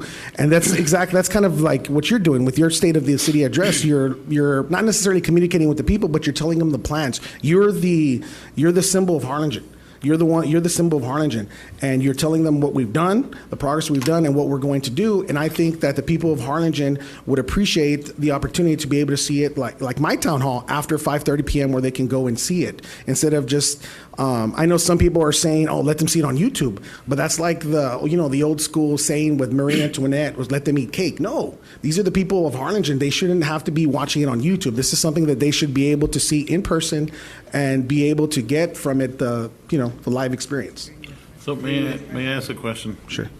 Gabe, do you have the breakdown of the actual cost of the event? And it is a charitable event. How much money did the Rotary Club raise, and what do they do with that money? I don't know what the Rotary Club raised. I know Robert put together a cost of what we had spent on it. I didn't bring that with me. I have it with me. I have it on an email. But Mayor, do you know? I mean, because that's a really good organization. I'd like to know. I mean, hey, they raised X amount of dollars, and that went towards whatever they yeah, like again, this has nothing to do with the Rotary. This is a great thing that they do, but I just want to just change the hours, service above self. I think we had, I don't know, I think in rough numbers, the Rotary Club gets half of the room, and then the city gets the other half. And so the city invites staff and board members, and then the Rotary Club uses the other half of the room, say roughly $275 a ticket, raise $15,000 for charity, which I think is a great feature of the event. It used to not, that it's kind of evolved into a fundraiser and to support charity, which I also think is a positive feature of the event. And I think you wouldn't want to lose that component of it. Of course not. I think I think that's a good component of it. But again, the city has an opportunity to invite people to city staff to come to it and support the event. I think that's always been the case, even when it was, you pay $10 a meal. We invited city staff to come, and we wanted to invite other board members and guests from outside of our city to come and pay for that. And again, it's a budgeted event. But I don't think we're really talking about whether it's a good idea to do it. I don't think it's really. I don't think you're not attacking the format. You just want to move it to a time. And all I'm saying is, why don't we get some input from the people that are putting it on, and just get their feedback before we pass this. But I think that we probably beaten this horse. Yes, Commissioner Puente.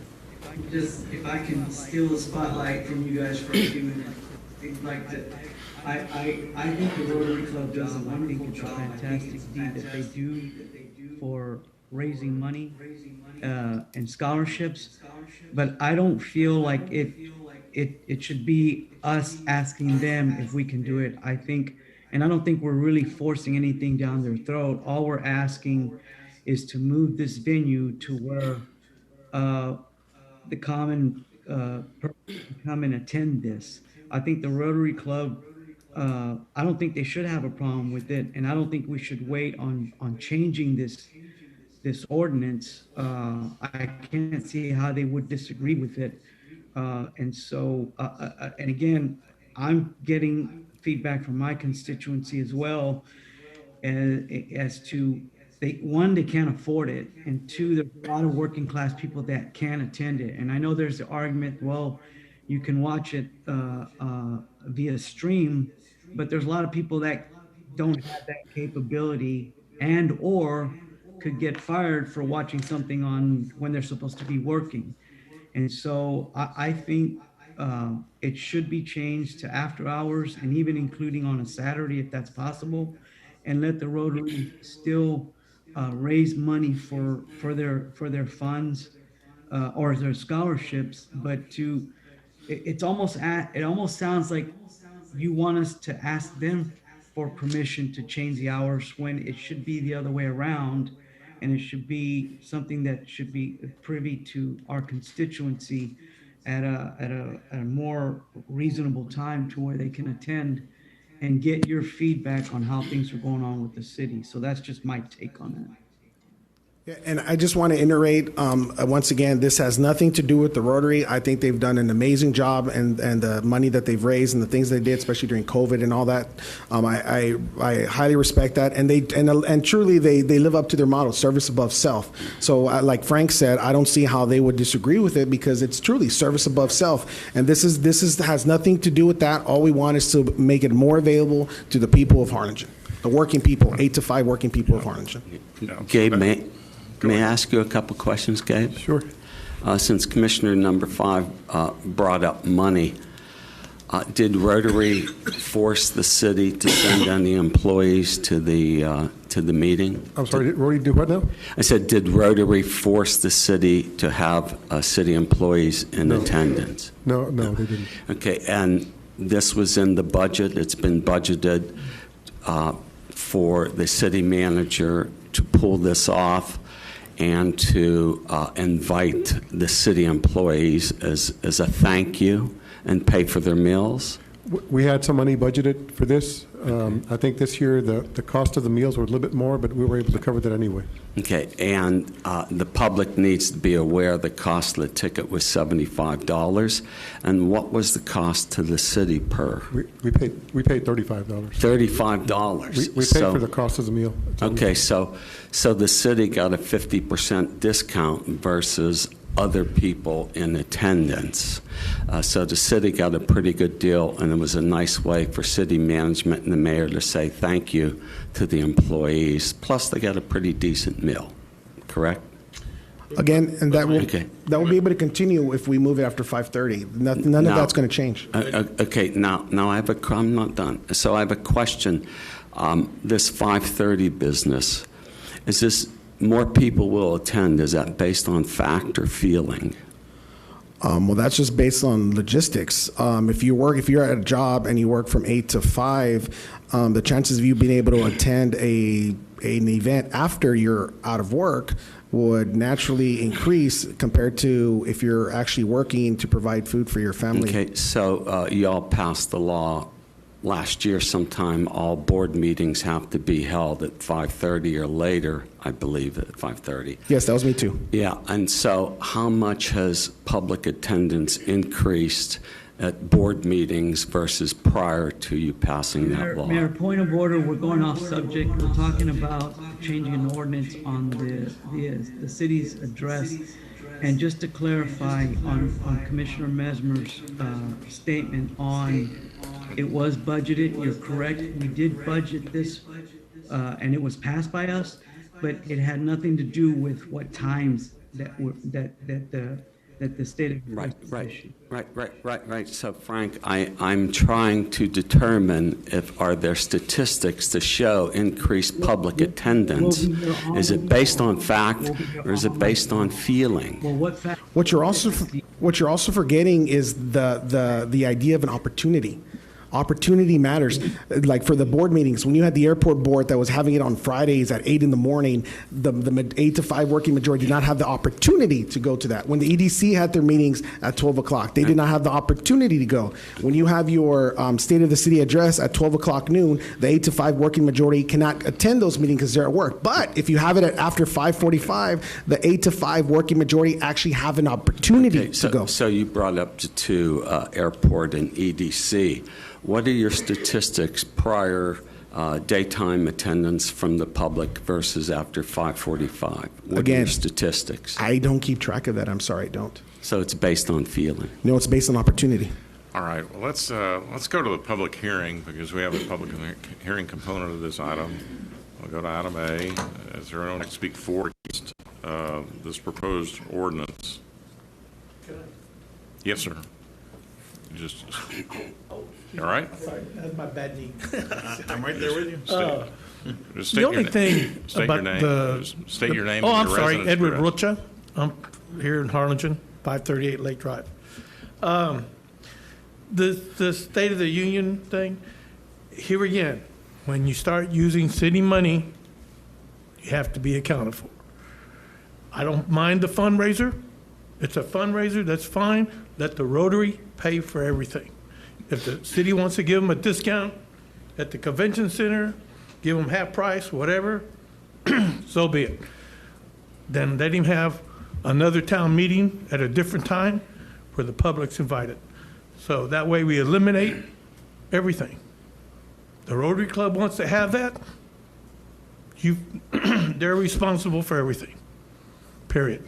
That way, we just, he just have another town meeting here, right here. That's it. Thank you very much. All right, is there anyone else who'd like to speak for or against the ordinance?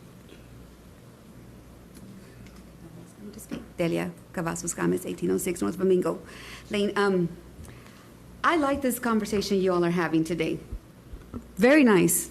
I didn't know we were going to do this today, but I'm glad we did.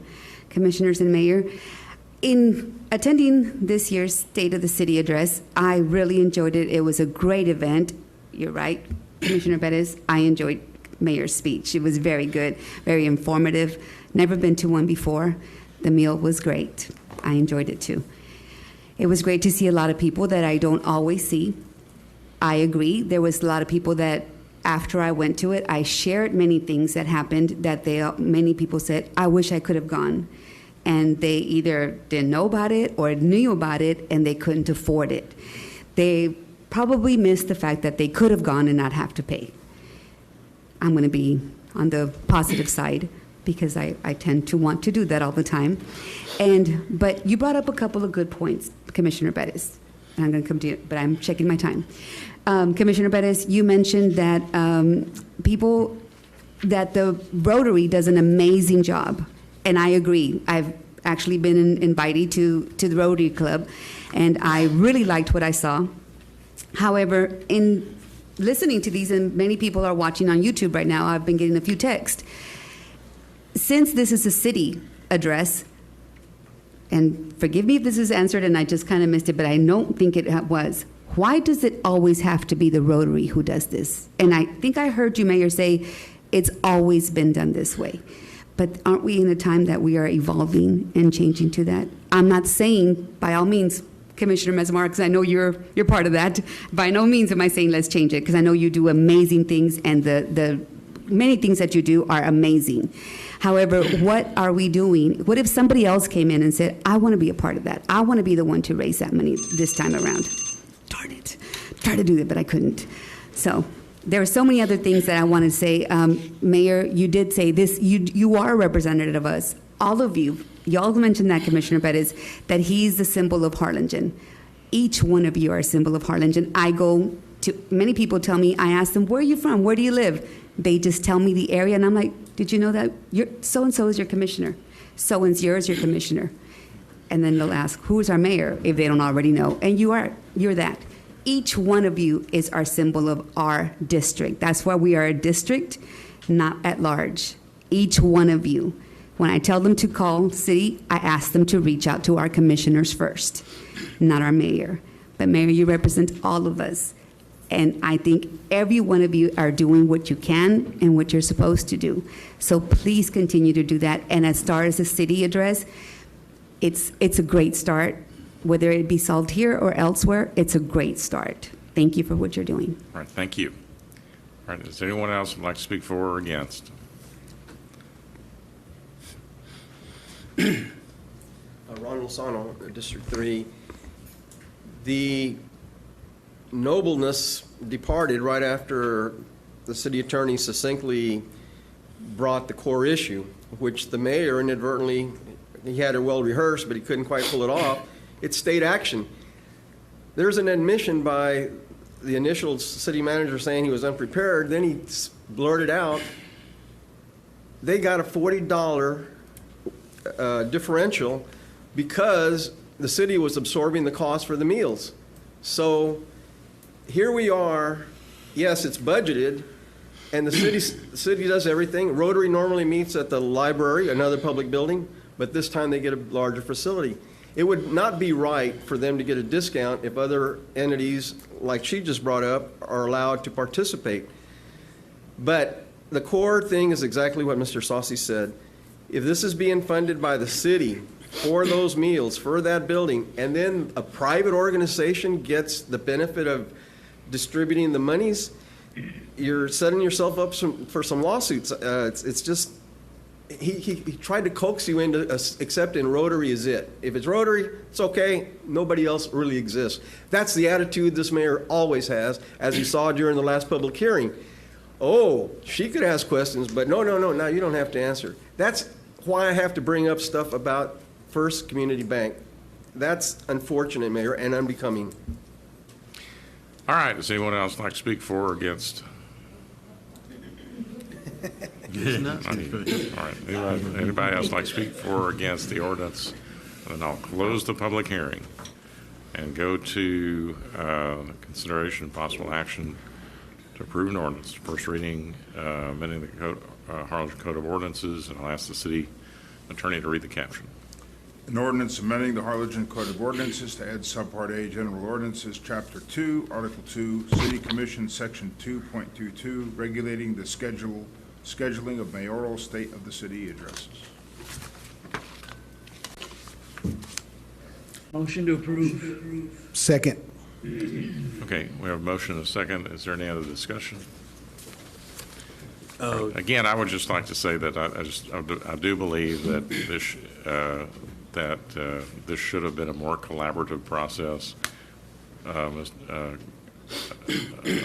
Cavazos-Gomez brings up a good point, and that is, could there be other sponsors for the event?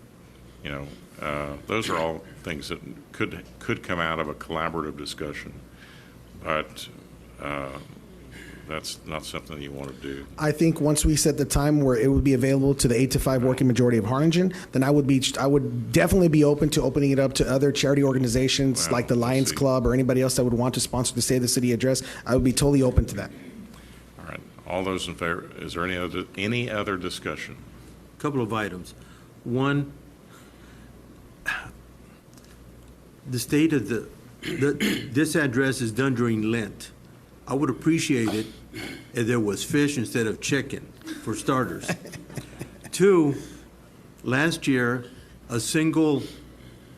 if I wanted to attend, which I couldn't, it was $50. This year was $75. A table last year, the price of it was $500. Now it's $12.50. So I don't know why it increased more than doubled. As far as the times, to me, it doesn't matter if it's at 5:30 or at 11:30. I do like the statement. It's you're providing people with the opportunity to attend. Before I walked in this afternoon, to me it didn't matter. But that term, opportunity, resonates with me. Thank you. All right. Is there any other discussion? All those in favor say aye. Aye. Those opposed, like Opposed. sign. Motion carries. All right. Now we're going to go back to item 16, public hearing to consider an ordinance on first reading for a special use permit to allow a parking lot in a residential multifamily M2 district located at 2026 South 23rd Street, bearing a legal description of Lot 5, Block 21, Treasure Hill Subdivision, Unit 2.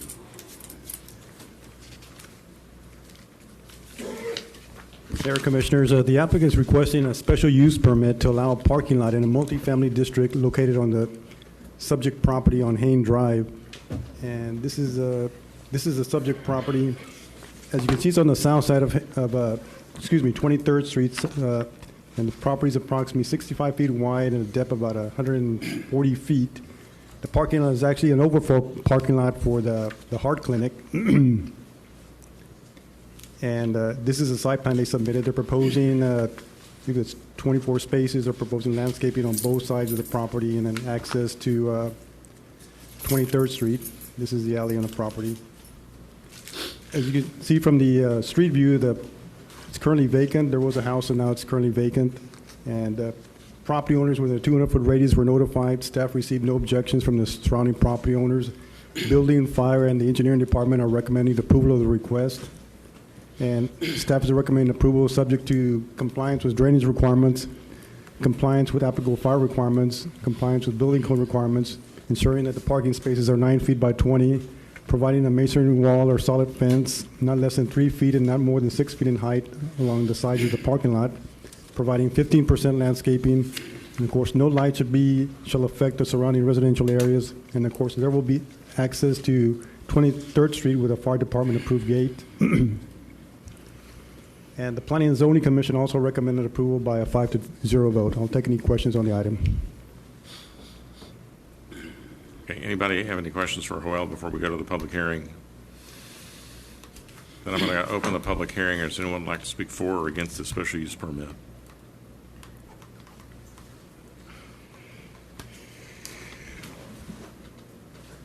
I have a question. On the agenda packet, it indicated that, unlike what he just stated right now, that there is no egress to 23rd Street.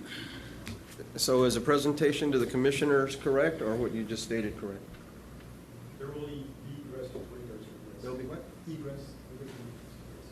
So there would be two entrances then? Yes. Well, thank you.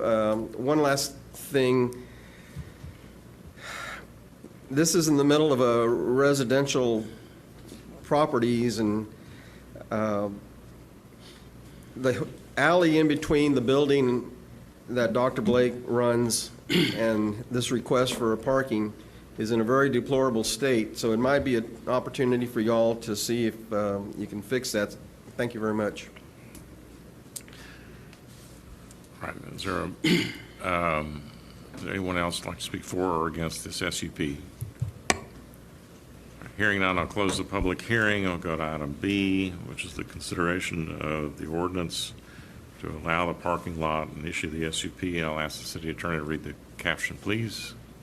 An ordinance amending the Code of Ordinances of the City of Harlingen, a special use permit to allow the parking lot in a residential multifamily M2 district located at 2026 South 23rd Street, bearing a legal description of Lot 5, Block 21, Treasure Hill Subdivision Unit 2, providing for the publication and ordaining other matters related to the foregoing.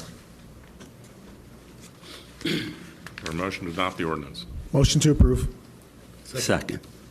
Sorry. A motion and a second. Any other discussion? All those in favor say aye. Aye. Aye. Those opposed, like sign. Motion carries. Item 17, public hearing to consider an ordinance on first reading to rezone from Neighborhood Services District to Office District for 0.73 acres out of 2.646 acres out of Block 21, Howard Dixieland Heights, number 1 subdivision located at 1401 Dixieland Road. Mayor, Commissioners, the applicant is requesting to rezone the subject property to Office District to allow for greater commercial use for his proposed commercial plaza. This is the subject property. You can see it's a triangular shaped lot. It's on the the west side of Dixieland Road, south of Bothwell Road. And this is an aerial view of the property. It's currently vacant. It's generally surrounded by institutional use. And of course, you do have the daycare to the south, and then you have some mobile home park to the north. This is a street view of the property. It's currently vacant. Future land use shows this area as low-density residential. Although it's not consistent with the future land use plan, it is consistent with the zoning to the south of the property. Public hearing was conducted by the P&Z Commission. There was no concerns addressed at the meeting. Property owners within a 200-foot radius were notified. Staff received no objections from the surrounding property owners. Staff and P&Z are recommending approval of the request. I'll take any questions on the item. And the applicant was present, but he told me to inform you that he had to leave to tend to his mother who's ill, so he's not in attendance. So if I remember this we've already passed this property. It's just it's tweaking and modifying it, because I understand originally he was going to put a restaurant or some sort of little bistro or something, and right. And he's since been able to contract with medical offices, correct, which would require different designation, correct? And correct. And that's what we're doing? Yes, correct. So it actually improves the use of the traffic flow. My concern initially was, you have a restaurant coming in and out, that's going to be a problem with a medical office, a little different. Right, So- correct. So I'd like the motion for approval. Second. Well, no, I think we need to have a public hearing first. Item A is a public hearing. I'll open the public hearing and ask if there's anyone who'd like to speak for or against this rezoning. Just to correct you, well, I think, as Mr. Odivi just said, I had spoken up against it because I don't believe it has any sidewalks. Is that correct? He doesn't have any sidewalks at this point, but he's going through the subdivision process, which would provide sidewalks at that time. Thank you. That's all I have. All right, anyone else like to speak for or against the rezoning? Hearing none, I'll close the public hearing and go to item B, which is consideration and possible action to approve first reading of the rezoning of NS to office and district, and ask the city attorney to read the caption, please. An ordinance amending the Code of Ordinances of the City of Harlingen, rezoning from Neighborhood Services NS District to Office O District for 0.73 acres out of 2.646 acres out of Block 21, Howard Dixieland Heights, Number 1 Subdivision.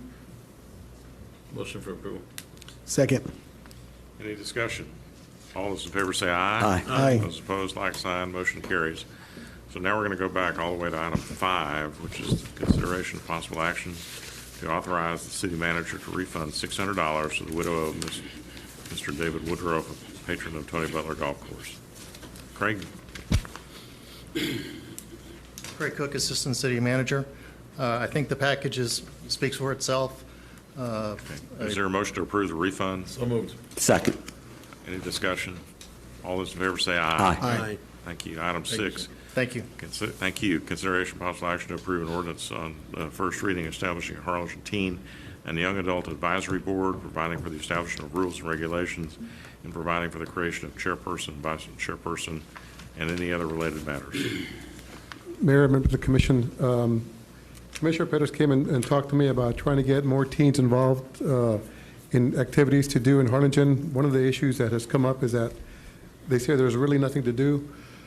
So I started working on a committee to actually engage them, create a committee to actually have them provide some feedback to us on how to engage. Which is untrue, of course. Well, yes, sir, it's definitely untrue. They just don't know what there is. We just need to tell them what we have available. And so one of the things that we would do also is create avenues that they would recommend on how to reach the teen and young adults.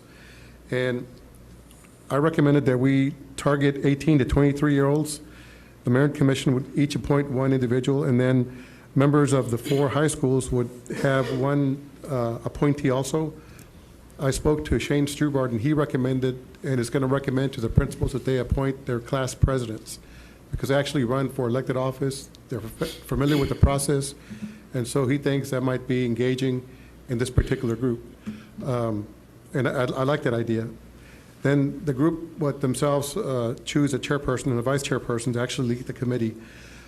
One of the things I wanted to do also is not just have them give us feedback, but I wanted to provide something in return to all these students. And so I thought that if we make it a board that would actually engage them civically and teach them about government work and what it is that elected officials do, what department heads do.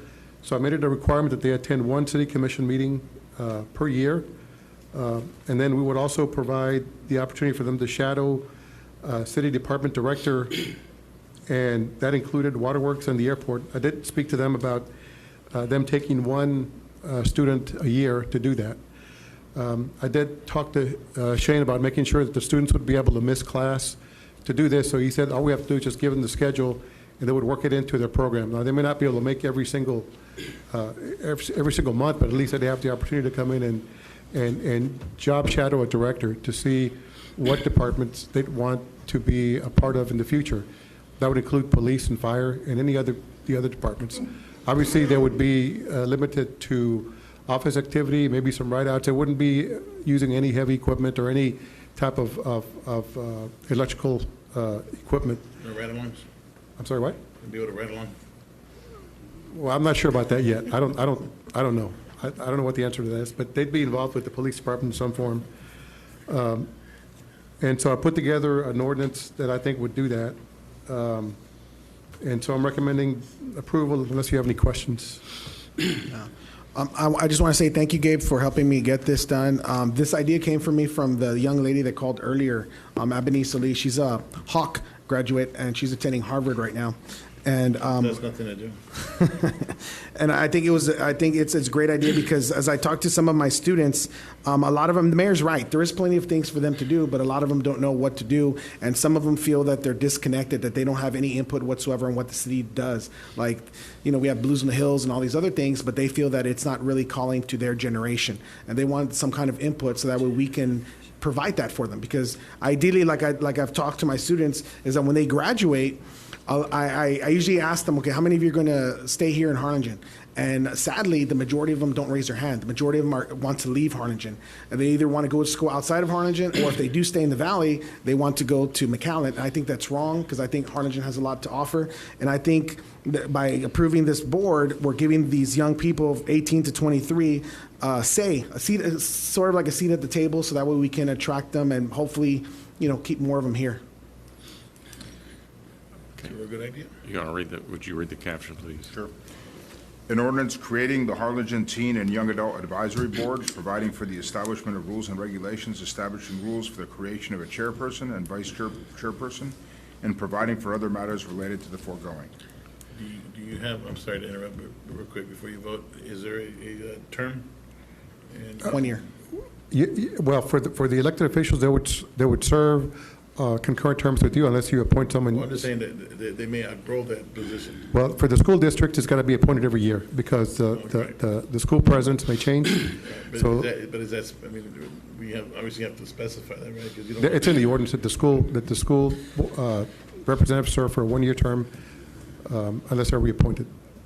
But the commissioners' terms for their appointees would be concurrent with your terms. We can limit it to a year also. Well, I just need to make sure that, you obviously don't want an age gap, if you. That's why we made it like from 18 to 23, so they're adults. By the age of 18, yes, some of them may be seniors and stuff like that, but I know that's something I talked to Gabe about, that we want to make sure that they were at least 18, so they're a legal adult. That way it could, kind of, help with the liability, hey, they're adults. And but I think the age group right now is good, because you want the teens, yes, you want the ones that are in high school, but at the same time, you also want the ones that are a little bit over 21. Like a mentor, right? Yeah. Mm-hmm. Sure.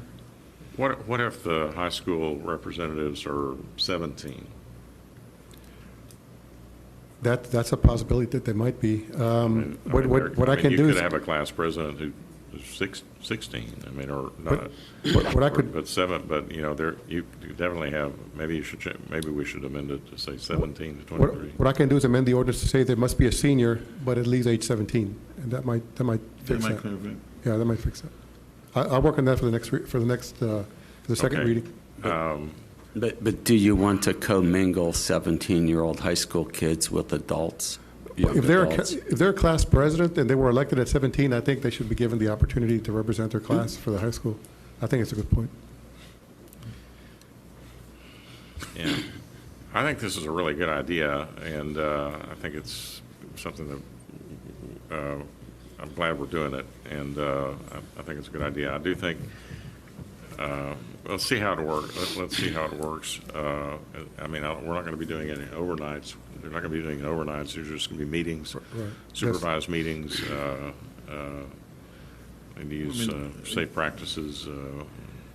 A good organization. Too deep leadership at the meetings, those kinds of things. Mm-hmm. But other than that, I think it's a great idea. Anybody have any other discussion? Or the Boys and Girls Club also, maybe they're going to be much younger. Well, no, but maybe they can have a representative. I mean, I don't know how deep they have a board, right? I mean, they actually have a board, but maybe they have how old they get in the Boys and Girls Club. No, but a lot of the kids that I've seen that they bring are really young. Okay, so not applicable. Yeah, yeah. Okay.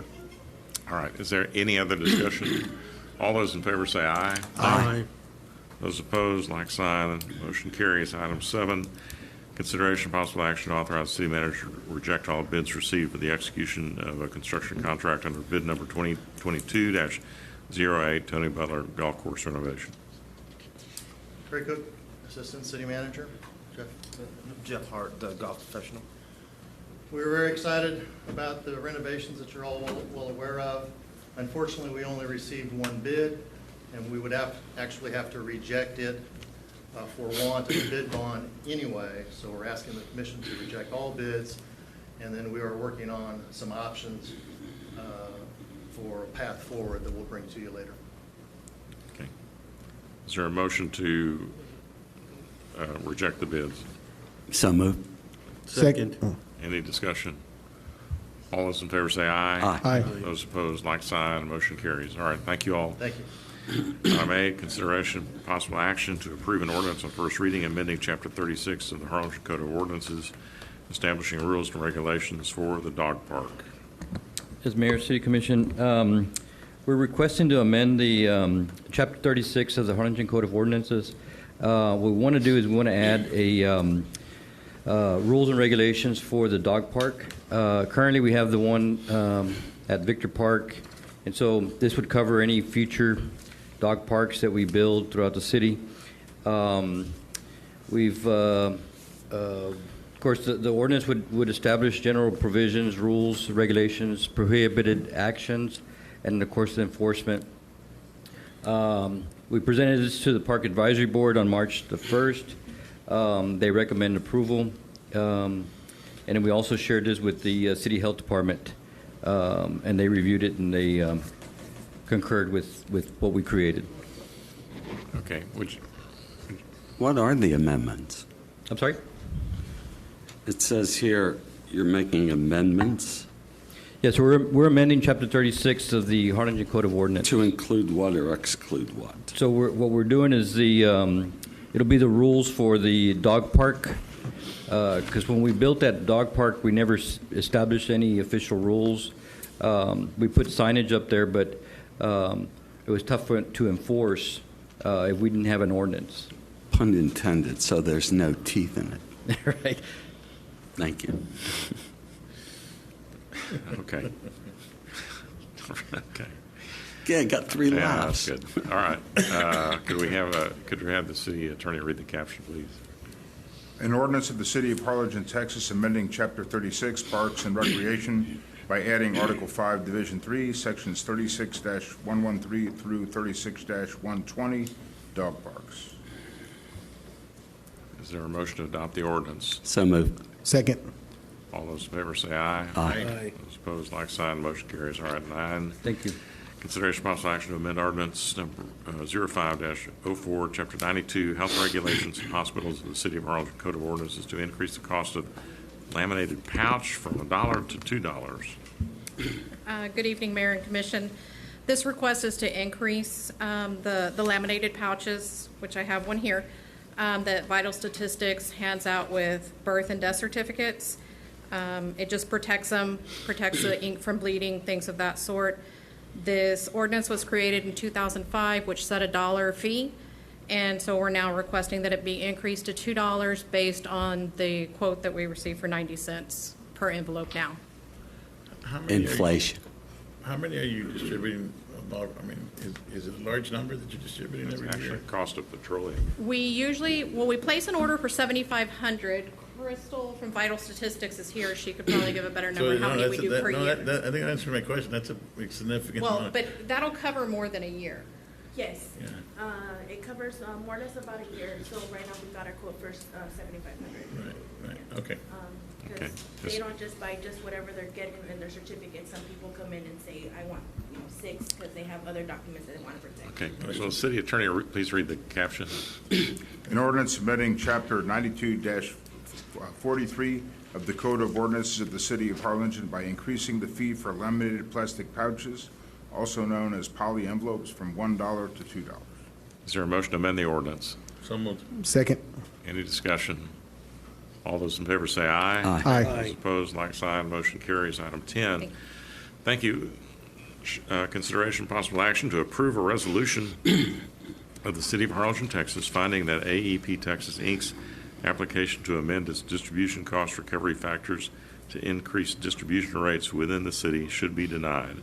Authorizing participation with the city served by AEP Texas, authorizing hiring of legal counsel, finding the city's reasonable rates in case expense shall be reimbursed by the company, finding that the meeting at which this resolution is passed is open to the public as required by law, requiring notice of this resolution to the company and legal counsel. Mayor, this resolution would give the city the authorization to hire legal counsel through the development group that we have through the valley. There's no cost to the city. The attorney would be Thomas Mercado. We've used him in the past before, and he uses Carl Nalipa, who is a consultant that reviews the rates. We do this just to make sure that the rates they're filing for, the increases are just.